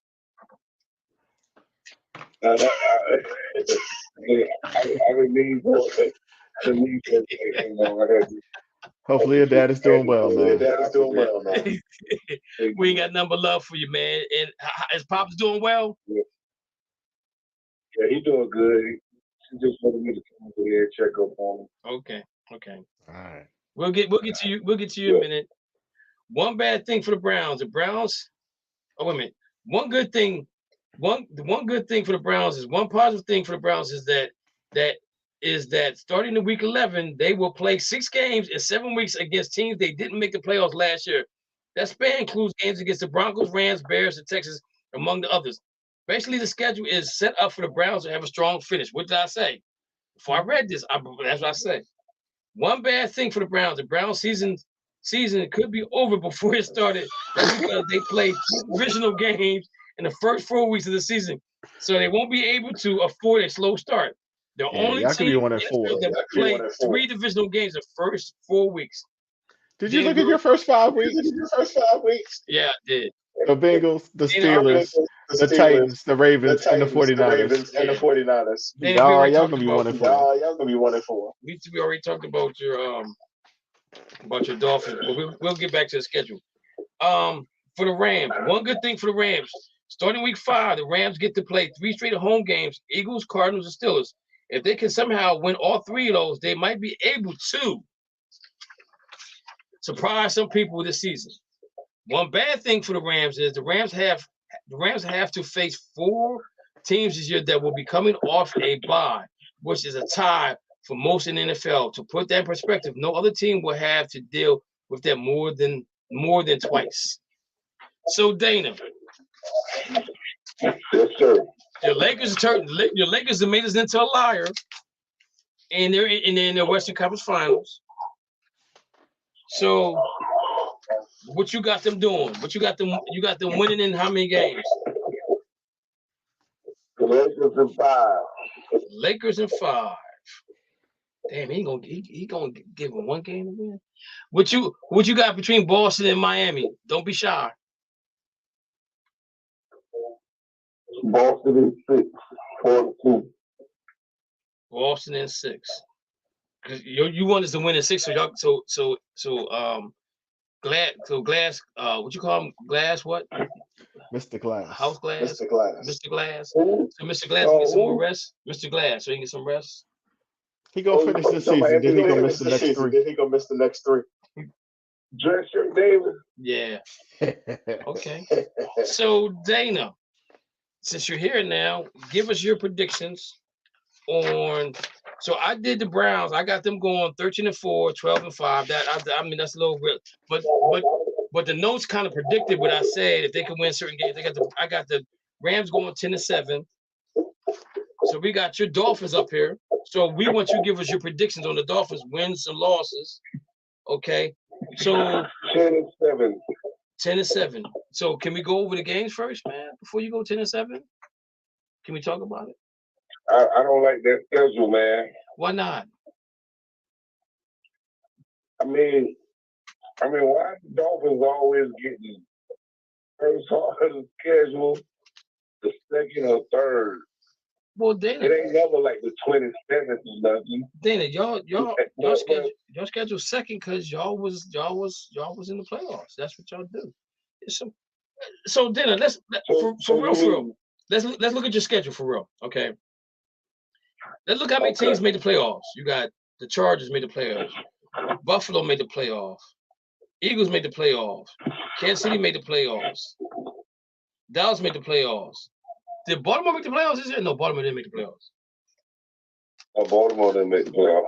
And the They Bills did make the playoffs. So then you got The playoffs, didn't they? They were in the playoffs. no Pittsburgh. We have Pittsburgh 5 got in. teams. Pittsburgh got No, in. Pittsburgh didn't get in. Baltimore- No, Pittsburgh didn't get in. Yeah, they did. No, we Oh, didn't. Denver didn't get in. No, Pittsburgh got in. Pittsburgh didn't get in. Who got in? We did not get Who in. made the playoffs We're last the year? last team that got We're the eliminated. last team that got Ravens eliminated. made it. Ravens made it. You have Who did they lose to? Buffalo. Yeah, Buffalo, Miami. Buffalo lost to Did they lose to Buffalo? Chargers. Yo, Baltimore got okay. Baltimore did get in the playoffs 10-7. Yeah. Pittsburgh, yeah. So okay, so you got the Chargers, you got Buffalo, that's 2, Kansas City, that's 3, you got Dallas, that's 4, you got Baltimore, that's 5, you got Buffalo again, that's so And the you Eagles, that's 6. so you got 6 games. Oh, so I'm saying so you got 7 games. You got 7 games out of 17 where teams made the playoffs. That's why your schedule's hard, bro. That's why your schedule's hard. It's like why we never get an easy schedule? So I'm gonna tell you why. I'm gonna tell you what they said, Dana. I'm gonna tell you what they said right now. Let me find it right here. It says Because your division. Because your division. Your division's tough. That's why. Where's it at? Where's that paper at? Our That's division. Bears. Just because we had an Aaron Rodgers. No. Get out of here. No, they was gonna be the Jets was gonna be tough with Aaron Rodgers without Aaron Rodgers. They just was they're ready. Defense with no offense. And then you got the Patriots, who's always good. Patriots, who's always good. What did I do with that paper? I just had it in my hand. What did I do? Over here. I get a Patriots and Bills. I don't like the Jets. I just, man, what I do with I'm not cool with that. We're not worried about Aaron Rodgers. We beat See, up on we Brett should have made the Favre. We playoffs should if the have made the Jets beat playoffs if Miami, we just beat Miami, but the Jets couldn't score. but the Jets couldn't score. Oh, That's yeah, why we didn't make the That's playoffs. why we didn't make the playoffs. And Miami did. yeah, Miami did. they got they got dumbfounded right there. So Dana, this is what it says about the Miami Dolphins. It says one good thing about the Dolphins, and it had one bad thing. It says one good thing for the Dolphins is the Dolphins has historically played well in cold weather. So they must love what the NFL. I mean, I'm sorry, they haven't historically played well in cold weather. So the Miami Dolphins must love what the NFL did for them. Over the final 5 weeks of the season, Dolphins will play 4 games at home in Miami. Their only road game is at Baltimore, which, depending on if we look at the schedule, that Baltimore game is in December 31st. That's the last home game. That's the last game y'all guys play on the road in the cold weather. So they gave y'all benefit, Dana. Stop crying. So, and it says one bad thing about the Dolphins is the Dolphins are they're one of 4 teams in the NFL that has to play the first 2 games on the road, which is definitely a notable here, considering the Dolphins went 3-6 on the road last season. And I said the reason why they went 3-6 on the road, a lot had to do with Tua being hurt. Okay, but Dana, let's look at this. So, you play the Chargers? Is that a win? Yeah, they'll beat the Chargers. At New England, is that a win? They'll beat the Patriots too. Denver? They'll beat Denver too. At Buffalo? Ooh, that's early, so they might. I don't know. We might escape out of there with a 3-point win, but I think Buffalo will take that one. Okay, so we're gonna put it. I just put a win and put that L in question mark. Do you got the Giants coming to see y'all? They'll beat the Giants. Got Carolina. They'll beat Carolina. Then you go to Philadelphia. Whew. That's gonna be a tough one. That's a Sunday night game too, right? Yep. That's in October, so the weather we'll win that game. The weather We'll should be win that decent. game too. Okay, the weather should be decent. Jalen Rose got paid. He don't want to play football no more. Then you got the Raiders. I mean, you got the Patriots next week following that at home. In Miami, right? Yes. Yeah, Miami will win. Okay. At Kansas City. Oh, that's gonna be a tough one because Tyreek gave them bulletin board material all summer, all year. OTAs, well, I think the Chiefs gonna win that one. Okay. You got the Raiders next. You got the Raiders next at home. The Ravens. Raiders. Oakland Raiders. Oh. Yeah, we'll beat the Raiders. At the Jets. November 24th. Now we'll lose that. We'll lose that first one at the Jets. Okay. Cause they on that Black Friday. They're on that Black Friday tip. Then you go to Washington. We'll lose that game too. That's one of the teams that we'll probably relax on. I hope not, but we'll probably lose that. Then you got Tennessee Titans. Miami will win that one. That's a Monday night game. Then you got the Jets again. That's at home. Probably win that game. It all depends if Aaron Rodgers can go to a dog place. Then y'all got the Christmas Day. Christmas Day is 25th. This is Sunday game. Okay. So you got the Dallas Cowboys at home. We'll win that game too. Hey, man, if tell Michael Parsons, if he hurt our quarterback, he said he told Tyree he gonna take it out on tour. He said that's like that, he said that's the game he looking forward to playing. You got that's what bad things. That's what bad So I might go to that game. Then you got at Baltimore, December 31st. I don't know. He's looking for us. I think the Ravens will win that game. Okay, then you got Buffalo at home. January We'll 7th. win that one. It won't be that high, really. That's January 7th. Oh. Yeah, 1, Okay, 2, I got Miami winning. 5, 6, 7, 8, 9, 10, 11, 12. You got them going 13 and 4. But I really didn't know the schedule, but I really have them 10 and 7. Okay, so that's 13 and 4. And I'm gonna come back next week with my wins and losses for y'all team. Y'all can come back wins and losses for my teams as well. There was something else I want to get back to. Okay, so we predicted our wins and losses for our team. So now this is what the NFL, but this is what they're actually going and doing the last four. Looks like it is Houston, San Antonio. I missed it. Houston, San Antonio are in it. I think it was also Portland. And another team. And maybe Charlotte. Those are the last four. Oh my goodness. So you can't go to OKC. But you could go to Houston. They might be trying to put a Tim Duncan in San Antonio. Wow. Tim Duncan and whatchamacallit, Tony Parker put the France guy. If he goes to San Antonio, I'm gonna be pissed. I'm gonna be really, really pissed if he goes to San Antonio. I'm telling you that right now. Who you talking about, that tall dude from France? Yeah, Wambiana. Man, I'm getting excited about this, man. Okay, so I wanted him to go to OKC.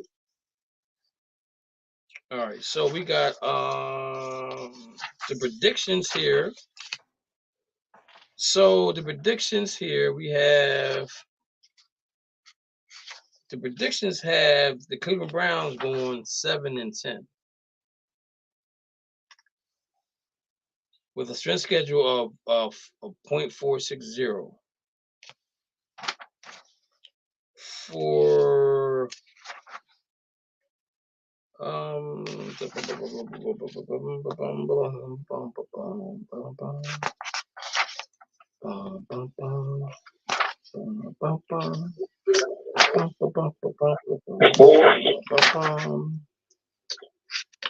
are you guys at, man? Where are y'all at on here? Man. So, did I miss y'all? They got on the prediction here. They got the Rams going 5-12. Miami Dolphins, Dana. They got the predictions of. Let's see where they got. They got the Miami Dolphins going 9-8. Dana, on the predictions here. That's what they went last year. Mm-hmm. Pittsburgh Steelers. They got them going. Predictions. They got them going 10-7. That's the predictions. And what you say, Mo? You said 10-7? Mo, you said the Dolphins. You said they would go 10-7, right? Pittsburgh. Dolphins? Oh, Pittsburgh? No, I said Pittsburgh. No, I said 12-5. They got them going 10. They got them going 10-7 at the predictions. Yeah, but our predictions online were like 8.5 wins. I'm like, I need to take that bet. Yeah. So what I'm gonna do, guys, is I'm gonna put your predictions up, and I'm gonna put your predictions up. So the Dolphins, they said their record was 9-8 last year, and they got them going 9-8 again. I'm pretty sure, Dana, they got them going 9-8 again this year. I think that's wrong with all the additions they brought to the team. I think they're better than that. I think if you get a healthy Tua, because he was leading the league. He was, this dude was in vote for MVP when he was playing. So you got to give him some type of credit for that right there. So I'm gonna put the predictions up. What we got, I'm gonna put the predictions up with what they predicting, and we'll see where it goes with that. All right. So where we at? We at 8:30. So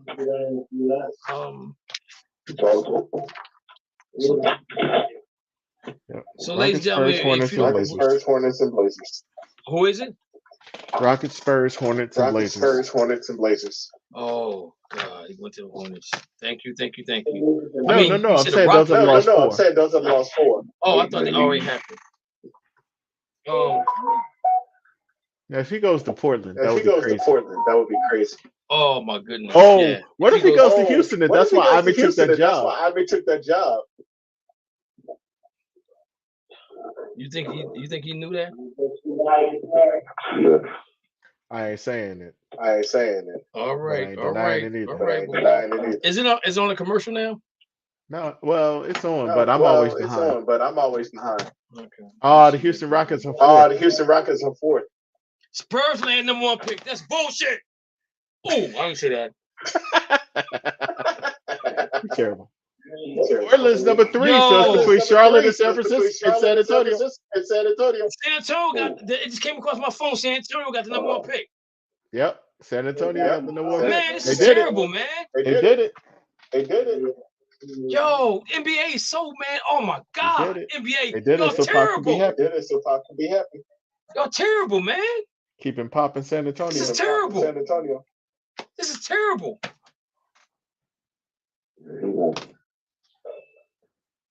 You want me to move in with him? Who do? Nice. Dang, who talking about moving in with? Danny, what you talking about?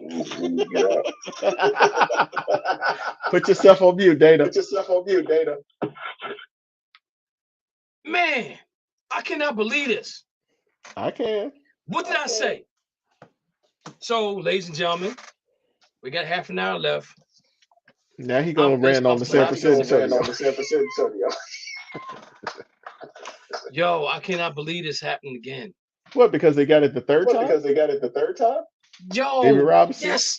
Tim Duncan. Yes. All the big men. Yes. And he tanked on purpose. Everybody knows San Antonio tanked on purpose. They didn't tank. Yes, they did. They did trade. What you call it? They did trade to Atlanta. They tanked on purpose. Mo.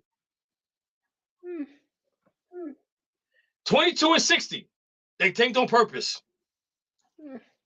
They gave away their best player. They got a lot of picks for them. 22-60. They tanked on purpose. Well, I guess they tanked the right time. Yo, listen, people. Dana, you gotta put yourself on mute when you're talking about moving in with somebody. Dana, are you ready to talk or are you still talking? What you doing, Dana? Yeah, okay. I'm here. All right. So listen to this, man. I'm so pissed off right now. I swear before basketball Jesus, I'm mad. I'm mad at the bees in the hornet's nest. I'm just mad right now. The NBA, you got to stop with the balls, please. Stop with the basketballs. Stop with the ping pong balls. This shit's not working, man. This is just not working. How do they get the number 1 pick again? It's just don't make any sense to me. None whatsoever. Ooh. San Antonio Spurs got the number 1 pick again. Well, they trying to bring Doc on his feet. Yo, I don't care, man. Yo, stop with the nonsense. Let these dudes play for that. Let's have a playoffs with the teams that don't make the playoffs. They have a playoff. The team they're in the season with is the team they play to get that number 1 pick. Let it be one on the court. Like the NBA championship, let it be one on the court. Let the number 1 draft pick be one on the basketball court. These balls are not working. They ain't been working since day 1. It didn't work. You cheated to get Patrick Ewing to New York. You cheated to get Houston to you got Kim Olajuwon to Houston. You cheated for Shaq, and Penny and Dwight Howard to go to Orlando Magics. Stop it. It ain't working no more, man. It's not, and it has nothing to do with my team at all. It doesn't. But it's not fair.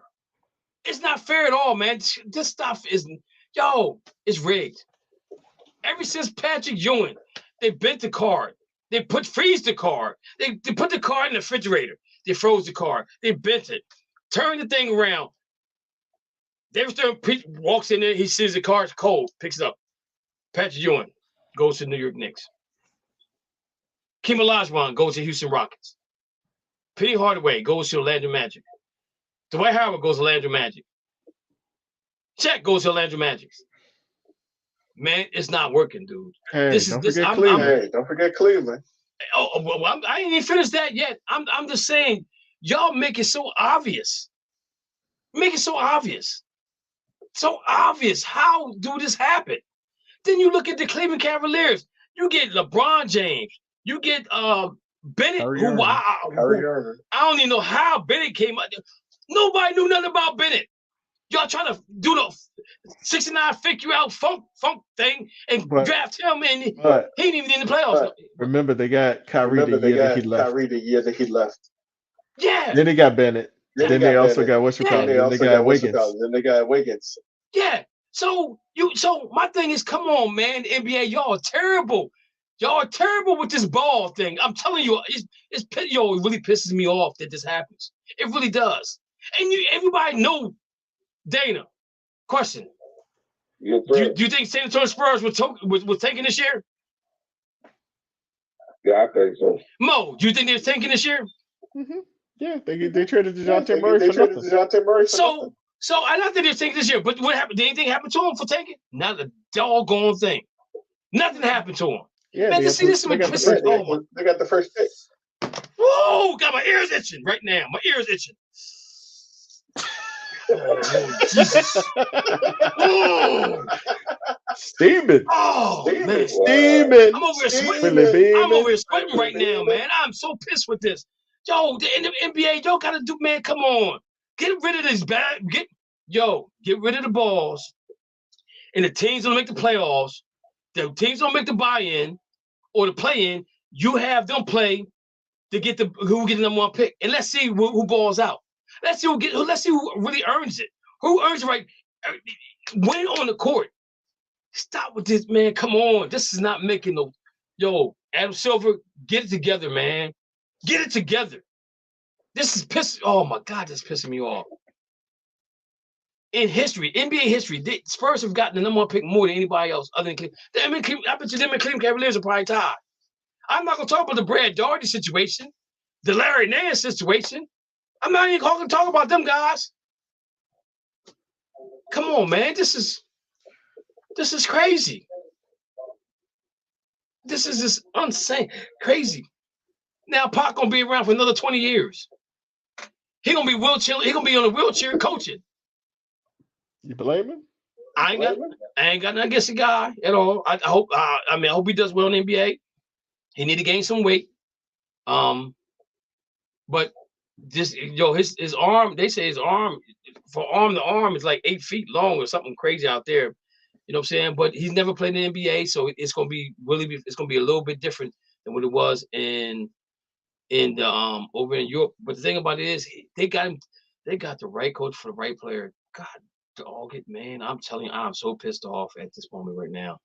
I'm so pissed off at the moment right now. This is really irked my nerves, man. I'm telling you, something set me on fire, and it ain't no grass. Man, this is incredible, man. This is so incredible that they allowed this to happen again. The NBA is pissing me off. Oh my goodness, man! They got me glad I cannot cuss like I want to, cause I'll be just laying them out. Man, put yourself on mute. This is unreal. Please don't curse. This is unreal, though, man. I'm like, come on. I mean, I wouldn't have cared if nobody else would have got there other than San Antonio. You gonna sit and tell me? You gonna tell me this ain't fixed? You know what I'm saying? Man, come on. It was even when the Lakers, even when the Pelicans, even when the Lakers had got the number 5 pick, which should have been Zion going to New York and not to the Pelicans, so they could trade Anthony Davis to the Lakers. That was all fixed. Man, stop the balls. Stop the ping pong balls, man. You're blind and you can't see. And my name ain't Run DMC. This is oh my God, this is pissing me off. It's so much about these ping pong balls. It just irks my nerves, man. It really does. I don't understand the concept of this, man. We're the only ones that do it. We're the only one to do this. The NBA is the only one that does this. It's not fun anymore, man. It's not fun. If you lose, you lose. Man, look, them in Houston got the same doggone record. 22-60. And Houston won 3 games in a row at the end of the season, and the Spurs won 1 game in a row. So, like, so if Houston would have lost the 3 games where they had more balls in them, probably so. But it still would have went to San Antonio. Man, come on.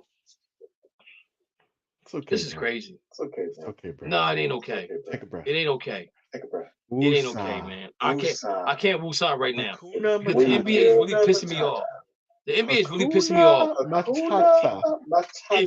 If you're gonna be right by the fans, Adam Silver, and be right by the organizations, then put the playoffs in the play. If you don't win, if you don't make the play-in games, then you make a playoff for the teams to get the number 1 pick. If you want to keep everybody interested into what's going on, do it that way. But the way you're doing it right now is not working out. And you ain't gonna say Tim Duncan that was set up. That was a setup. Tim Duncan, he's from the DR. He said, I can't go to Boston. It's too cold up Virgin Islands. Virgin Islands. Same difference. It's hot down there. San Antonio, it's hot down there. Kim Olajuwon, man, don't send me up. The story. This is a true story about Kim Olajuwon. He came to the United States. He visited 5 colleges. He's supposed to visit 7 colleges. He visited, I think it was 3. He visited Georgetown, Villanova. I think he might have visited Miami. And when he went to Houston, he said, I don't want to look at no more schools. I'm staying right here. I wonder why. Because it was hot. Hot. He liked the heat. Miami was hot. If you went to Miami, it was hot, but it don't get Miami ain't hot as it get in Houston. Houston get hot. You know what I'm saying? No, Miami gets because hot. He was by that Miami water. gets hot, bro. He's by that water though. He's by that water. I don't think Kim Olajuwon can swim. So, but he went to college in Houston. He went to college in Houston. That's where he figured. That's where he wanted to stay. But he ended up going. He go to Houston and get drafted by Houston. Then let's not talk about Raph Sampson. Raph Sampson going to the Houston Rockets too as number 1 pick. Stop, man. See, this is what I'm talking about. The bull diggity. The NBA, y'all are so phony. Oh my goodness. They so phony, man. I'm just not bull diggity. Yo, this don't make no sense to me. I'm so pissed right now. I'm so pissed with this. Oh my goodness, I'm so pissed.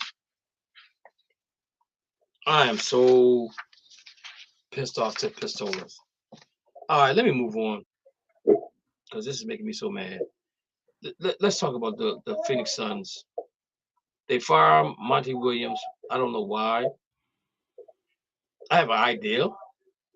You're up 2-0 against Milwaukee Bucks, and you end up losing 4 straight in NBA Finals. That could be a reason why. Then last year you get the Dallas Mavericks spank y'all. They played deep. The Dallas Mavericks played defense 1 game, guys. And was that 7-game series? I think they played 7-game series against Dallas, right? The last game was in Dallas. Oh no, the last game was in Phoenix, right? It was in Phoenix. And you get blown out by the Dallas Mavericks, the team that played less defense than the Harlem Globetrotters. Okay. So then you turn around. The Washington Generals, you mean? Both. Then you turn around, you get Kevin Durant, and you lose to they lost to Grizzlies. Who they lose to? Grizzlies? This year? This year? This year, who they lose to this year? Not the Grizzlies. They Not the lost Grizzlies. to They lost to who did Wisham just beat? who did Wisconsin just beat? No, they Denver beat. No, beat. they beat somebody. Denver beat. No, they beat somebody. The advance. I'm sorry. They lost to Denver They lost to Denver They lost to at home Denver, by at 30. home but by they, 30. yeah. No, 25 rather. That's 25 rather. So you then Monty Williams don't show up for Andre Ayton's big day. He gets big paycheck, and Monty's on he's on vacation talking about he has to take a mental time off. You know, he has to mentally take off. But you, the head coach of the basketball team, you bench Andre Ayton during the playoffs last year because he wasn't effective. But you give him a new contract to come back and play. I'm confused. I don't think it So was you him that get I Kevin wanted don't to think get it was Durant. him that wanted to get the. Say that again. I don't think he wanted to give I him the don't think he contract. wanted to give him the I don't contract. think he really wanted No, he Aiden I don't there. think he really wanted Aiden there. No, he didn't want Aiden there. But the thing about it is he's there. You got Chris Paul who pulls a hamstring. You got Booker T. Washington or whatever his name is over there. Devin Booker. Devin Booker. Yeah, Devin. You got Devin Booker shooting from half court. Don't want to talk to the media after the game. We got all these things going on. You talk about, and then you talk about locker room. Don't have no locker room presence in there. And you got Chris Paul in there. And Chris Paul could be a cancer. It could be Chris Paul. Because you remember DeAndre Ayton came off the court and Chris Paul tried to give him a high five. He didn't want to give him a high five. So there's a lot of things going on with that team that nobody knew nothing about. You got a brand new owner in there. He's trying to win with Kevin Durant right now. They know who's gonna be their next coach. Yes, sir. Who's gonna be the Phoenix Suns' next coach? Frank Vogel. Let me ask you a question. You ain't been reading the news, have you? No. Okay. Tyron Lue's name is hot on the press for going to maybe Milwaukee or the Phoenix. They looking to trade draft picks for Tyron Lue. But why do you I think? was gonna say how they just go get him for the fire. Yes. Why do you think? What? But go back to Frank Vogel. Why do you think Frank Vogel would be a good choice for the Phoenix Suns? Because you gotta start over. You gotta start over with your fundamentals. Sorry, Kev, it's you with all the fundamentals. You guys just want to go out there and make a highlight. There's a name that nobody's bringing up. Mo is Mhm. Atkins from Atkinson, that used to be in Brooklyn. Atkinson, that used to be in Mark Jackson. Dana Mark can't go to Phoenix. What is interviewing Mark? What is interviewing Mark? Isn't it Toronto? It's in Toronto. They said Mark name's coming up, but unless they're going to have communion on Sundays before games, Mark ain't coaching.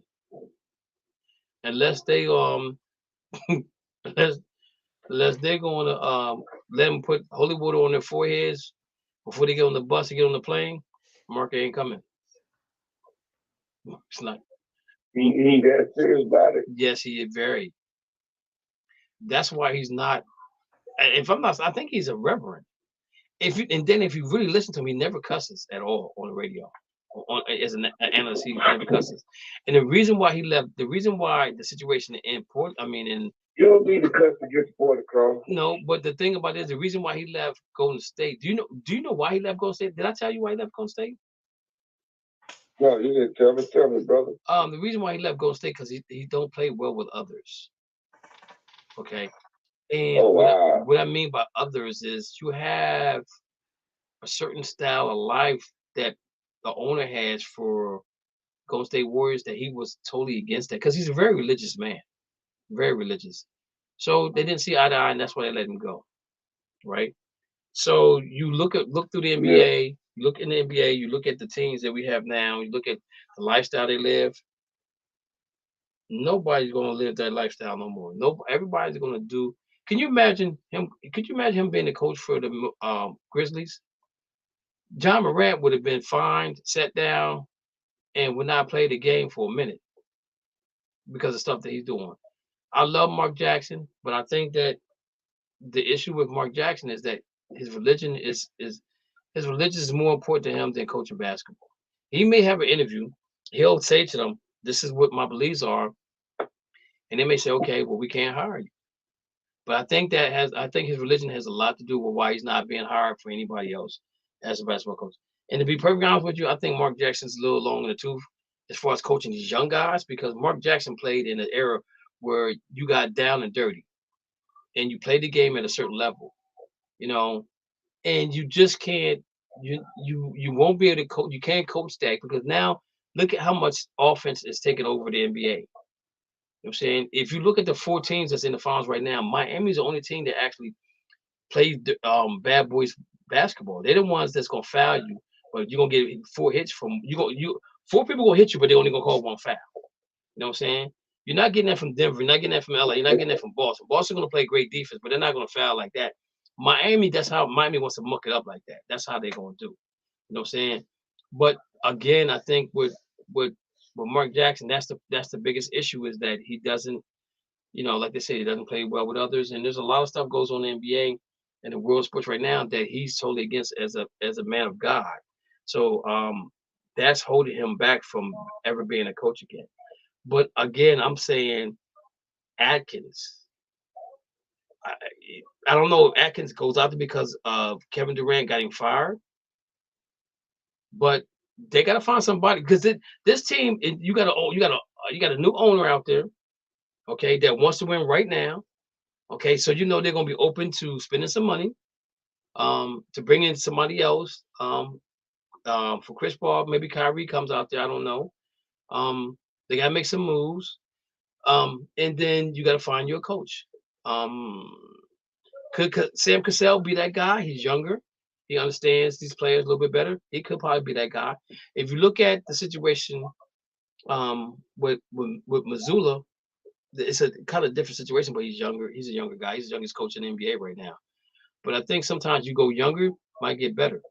You go older, you might get worse because you got these coaches that are in their own ways. And again, I don't care what nobody say. What's his name? Brown, Larry Brown, Tim Brown, Chuck Brown, Bobby Brown, whatever his name out in Sacramento. You don't deserve the coach of the year. I don't give a Mike doggone Brown, what come nobody on, say. man. Mike Brown. You look at No, that's Joe wrong. Mazzulla. Joe Mazzulla gets the head coaching job in 11th hour, and look what he's doing. Boston was already in the playoffs. Just made the finals. I don't care. I'm sorry. I don't I'm care. sorry. I don't Mike care. Brown took a Coaching Sacramento matters. Queens team that was terrible. That team was already hot. That team was hot. They just had the wrong coach. They had the wrong coach there. Joe Mazzulla don't deserve coach of the year. Darvin Ham deserves coach of the year. Dana, stop it. Dana, He deserves stop it. coach of the playoffs. Dana, Not coach of the year. So, hey, Dana, let me ask you a question. Did Ham make those trades? Who made those trades? Did Ham deserve the coach of the year at 2-8? Okay, so if anybody should get any credit, Pelinka get executive of the year. Ham don't get nothing. Ham don't get nothing. He's making it work. Pelinka is the one that should have get executive of the year. If Lakers win the championship, he pulled it off. But again, I'm going back to my man Joe Mazzulla. I don't give a doggone what nobody say. He was like what my man say. If Joe Mazzulla would have lost game 6 versus Philadelphia, they would have tried to run him out of Boston. No, yeah. The whole thing about Jaylen Brown would have been an issue again. Mm-hmm. Like Robert, my man, what's the comedian Robin, the one that died. Robert Harris said he said, who's a piccolo player? Who's the guy sitting next to the guy? Sitting next to the guy.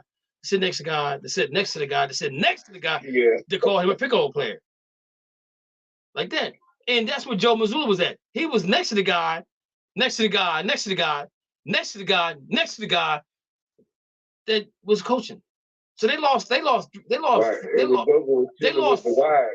4 coaches in less than a year. and he steps up and becomes a coach. That's why and I'm not taking nothing away from Mike Brown. He did an excellent job with that team. That team was just a matter of time for them to get a coach that could bring out their real talent. But Mike Brown been coaching. He's been to the NBA Finals. He coached the Golden State Warriors. He's a seasoned coach, so he know what to do with that team. I don't think you put a rookie coach on that team and you get the same result. But you take Joe Mazzulla, put him with the Celtics, and you get the different result. You get the same result that you got last year, but in a different way. But he got thrown to the fires. That's all I'm saying. I'm taking nothing away from Mike Brown. He did an excellent job. But again, going back to the Phoenix Suns is who's going to take that job? Because now you got to deal with Kevin Durant, who says, my legacy don't mean nothing to me, and I don't read no social media. And he had like 20 doggone burner accounts. He got Durant Kevin spelled backwards. He got KD three times. He had all these burner accounts, but he don't read social media. Come on, stop it with the nonsense, man. So you know what I'm saying. Then he's doing the down low. Then you gotta sit down and talk to your boy. Chris Paul said, "Yo, Chris Paul, I hate to tell you this, man, but we're moving on from you, and we're going to try to trade you to somebody, and maybe you get bought out by another team, and that's a possibility. The thing about it is, if he gets bought out, where does he go? Where does he go, guys? Y'all have any ideas? If he gets bought out, where do you think he goes? Any ideas? Easily. Dana? I know exactly where he goes. Where's he go? Who said Chris Paul? Yeah, if he gets bought out, because I think they're gonna try to trade him to get something, right? But if he goes somewhere and gets bought out, where do you think Chris Paul ends up going?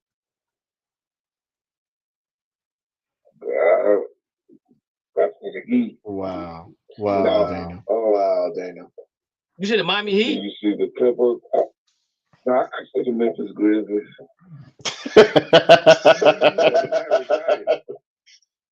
He's on the first thing smoking back to LA. Not to the Clippers.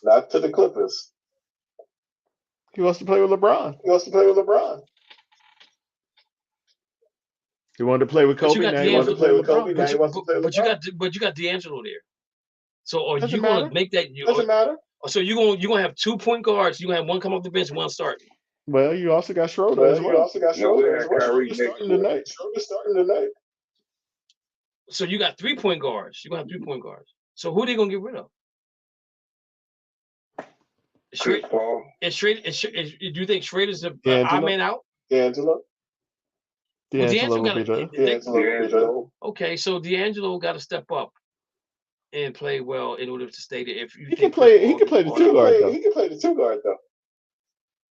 Yeah, but that's too small. That's too small. If you look at that, if you look at the lineup with them two, that's too small. Because who is D'Angelo going? He's like 6'5". But who is he going to guard at 6'5" at the 2 spot? Most twos are probably almost everybody. Well, I think most twos might be 6. They probably 6'5" to 6'7". Some twos 6'5" to 6'7". Yeah. So who's he going to guard? I don't think he's that great of a guard. I mean, I'm just I saying. don't think he can guard anybody at the 1 either. I think he'd be better at the 2 than at the 1. He's not as fast as the 1. I can see Chris Paul maybe going to the Lakers if he get bought out. I can see that happening, taking a pay cut. But again, I don't know if. But see, he's a point guard though. So in LeBron, is LeBron going to say, okay, Chris, it's going to be you're going to be the point guard now, and I'm going to be the wing? It's going to be a different story, guys. Different story. Right now is 18-9 Nuggets in the first quarter. You got 7-14 in the first half. Anthony Davis has 4 points and Joker has 2. So to start off is really good for the Nuggets. This is gonna be a good game. Then you said in 5. So if they win the first game, they're gonna do a gentleman's sweep. If they win 4 in a row, that might be what it look like. That's what we do. We get them all excited and take them take their heart out, like we did Golden State. Hey Dana, somebody also asked me, said to ask you about your Black History. When you gonna start doing some Black History for us? I ain't gonna say no names, Mo. I ain't gonna say nobody's name, but Mo. Straight cold-blooded. Huh? My sister calls you or something.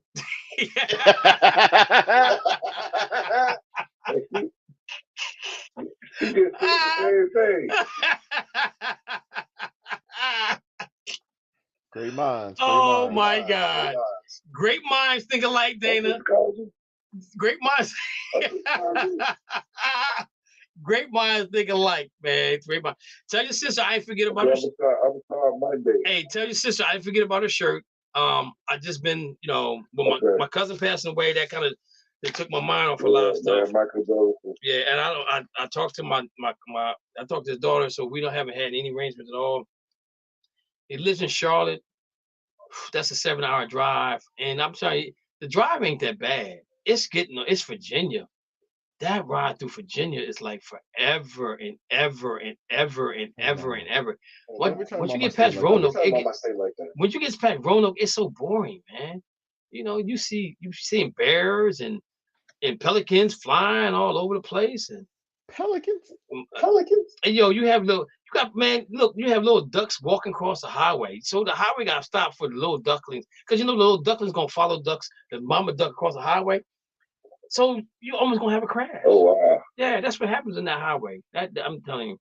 So I don't know, man. If something happens, I might have to fly, because I really don't want to take that drive, man. I really don't.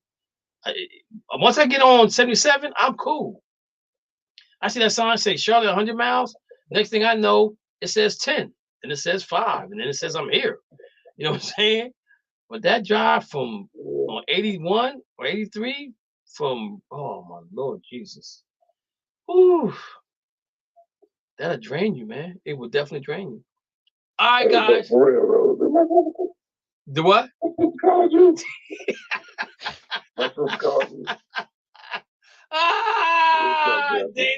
Dana, I can't tell you. I said Mo said it. I can't tell you who said something about it. I'm gonna say Mo said it though. Wow. I'm calling as soon as I get off the phone. But anyway, man, hey, thank you for you guys hanging out with me today. Next week is what's that? Is that the last week of the month? In May. No, we got one more week left. 29th. So we got one more Monday coming. Yeah, one more. We'll do one after that. So, hey guys, make sure y'all send me back. I'm gonna post y'all pics on the page, and I'm gonna post the predictions that he got, and then next week you guys give me your picks of what you think my team's gonna be, and I'll give you picks of what your team's gonna be. Let's see how well we do that. Hey Dana, I got a mission for you. Let me know now if you can do it or not. Because if you can't do it, then I have to pick somebody else. Mo said that he can do the pick'ems way better than you can, but we just need you to be consistent in doing the show. So do you think you can do the pick'ems with Mo? Yeah, I can do the pick'ems. Uh-oh. This little late thing they put against, they just put this on my plate. So it'll be winding down. By the time football season comes, I'll be ready. But we thought maybe FEMA had you out there. Somebody had spilled some wood on the highway. They had you cleaning it up. Oh no, they just got stuff. She just got extra stuff to do. Oh my goodness! Why they fighting? All right, man. 22-9. Oh my Lord, Dana, what's going on? They just went on a 10-0 run on y'all. Ooh, let me get to this game. All right, guys, I appreciate y'all hanging out with me today, man. Again, I appreciate y'all. And again, I want to give a shout out to my cuz for Anthony Spinner. his passing was really hard for me, guys. I tell you, it hurt, man. It really hurt because I talked to him on Sunday. I talked to him on Saturday, and now that I know that he's no longer here, I'm gonna miss those conversations we have. Maybe theme song. So he's the second cousin I've lost in a couple of years now, and it's tough, man. Really tough to lose family. Yeah. But it's just one of those things. So with that being said, you guys, I appreciate y'all hanging out with me again. Let's go ahead and turn this thing over to some music. We switched to Liberty Mutual.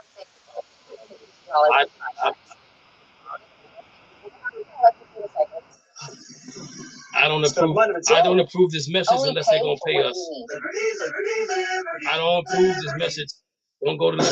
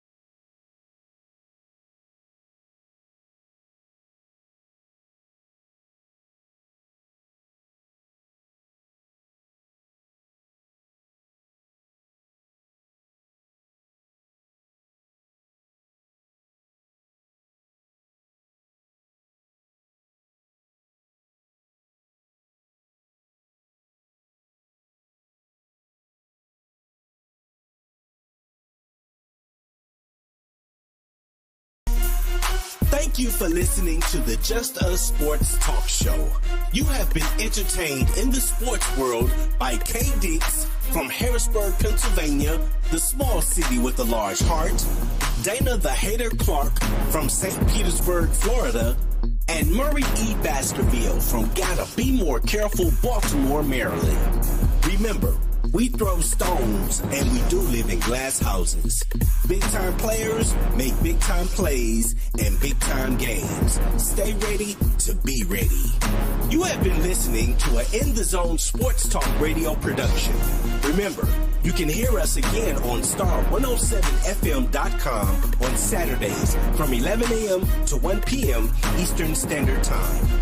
Be sure to download the Try99 TV app on any smart device and subscribe to In the Zone Sports Talk Television. The cost is $4.95. Thank you in advance for your support.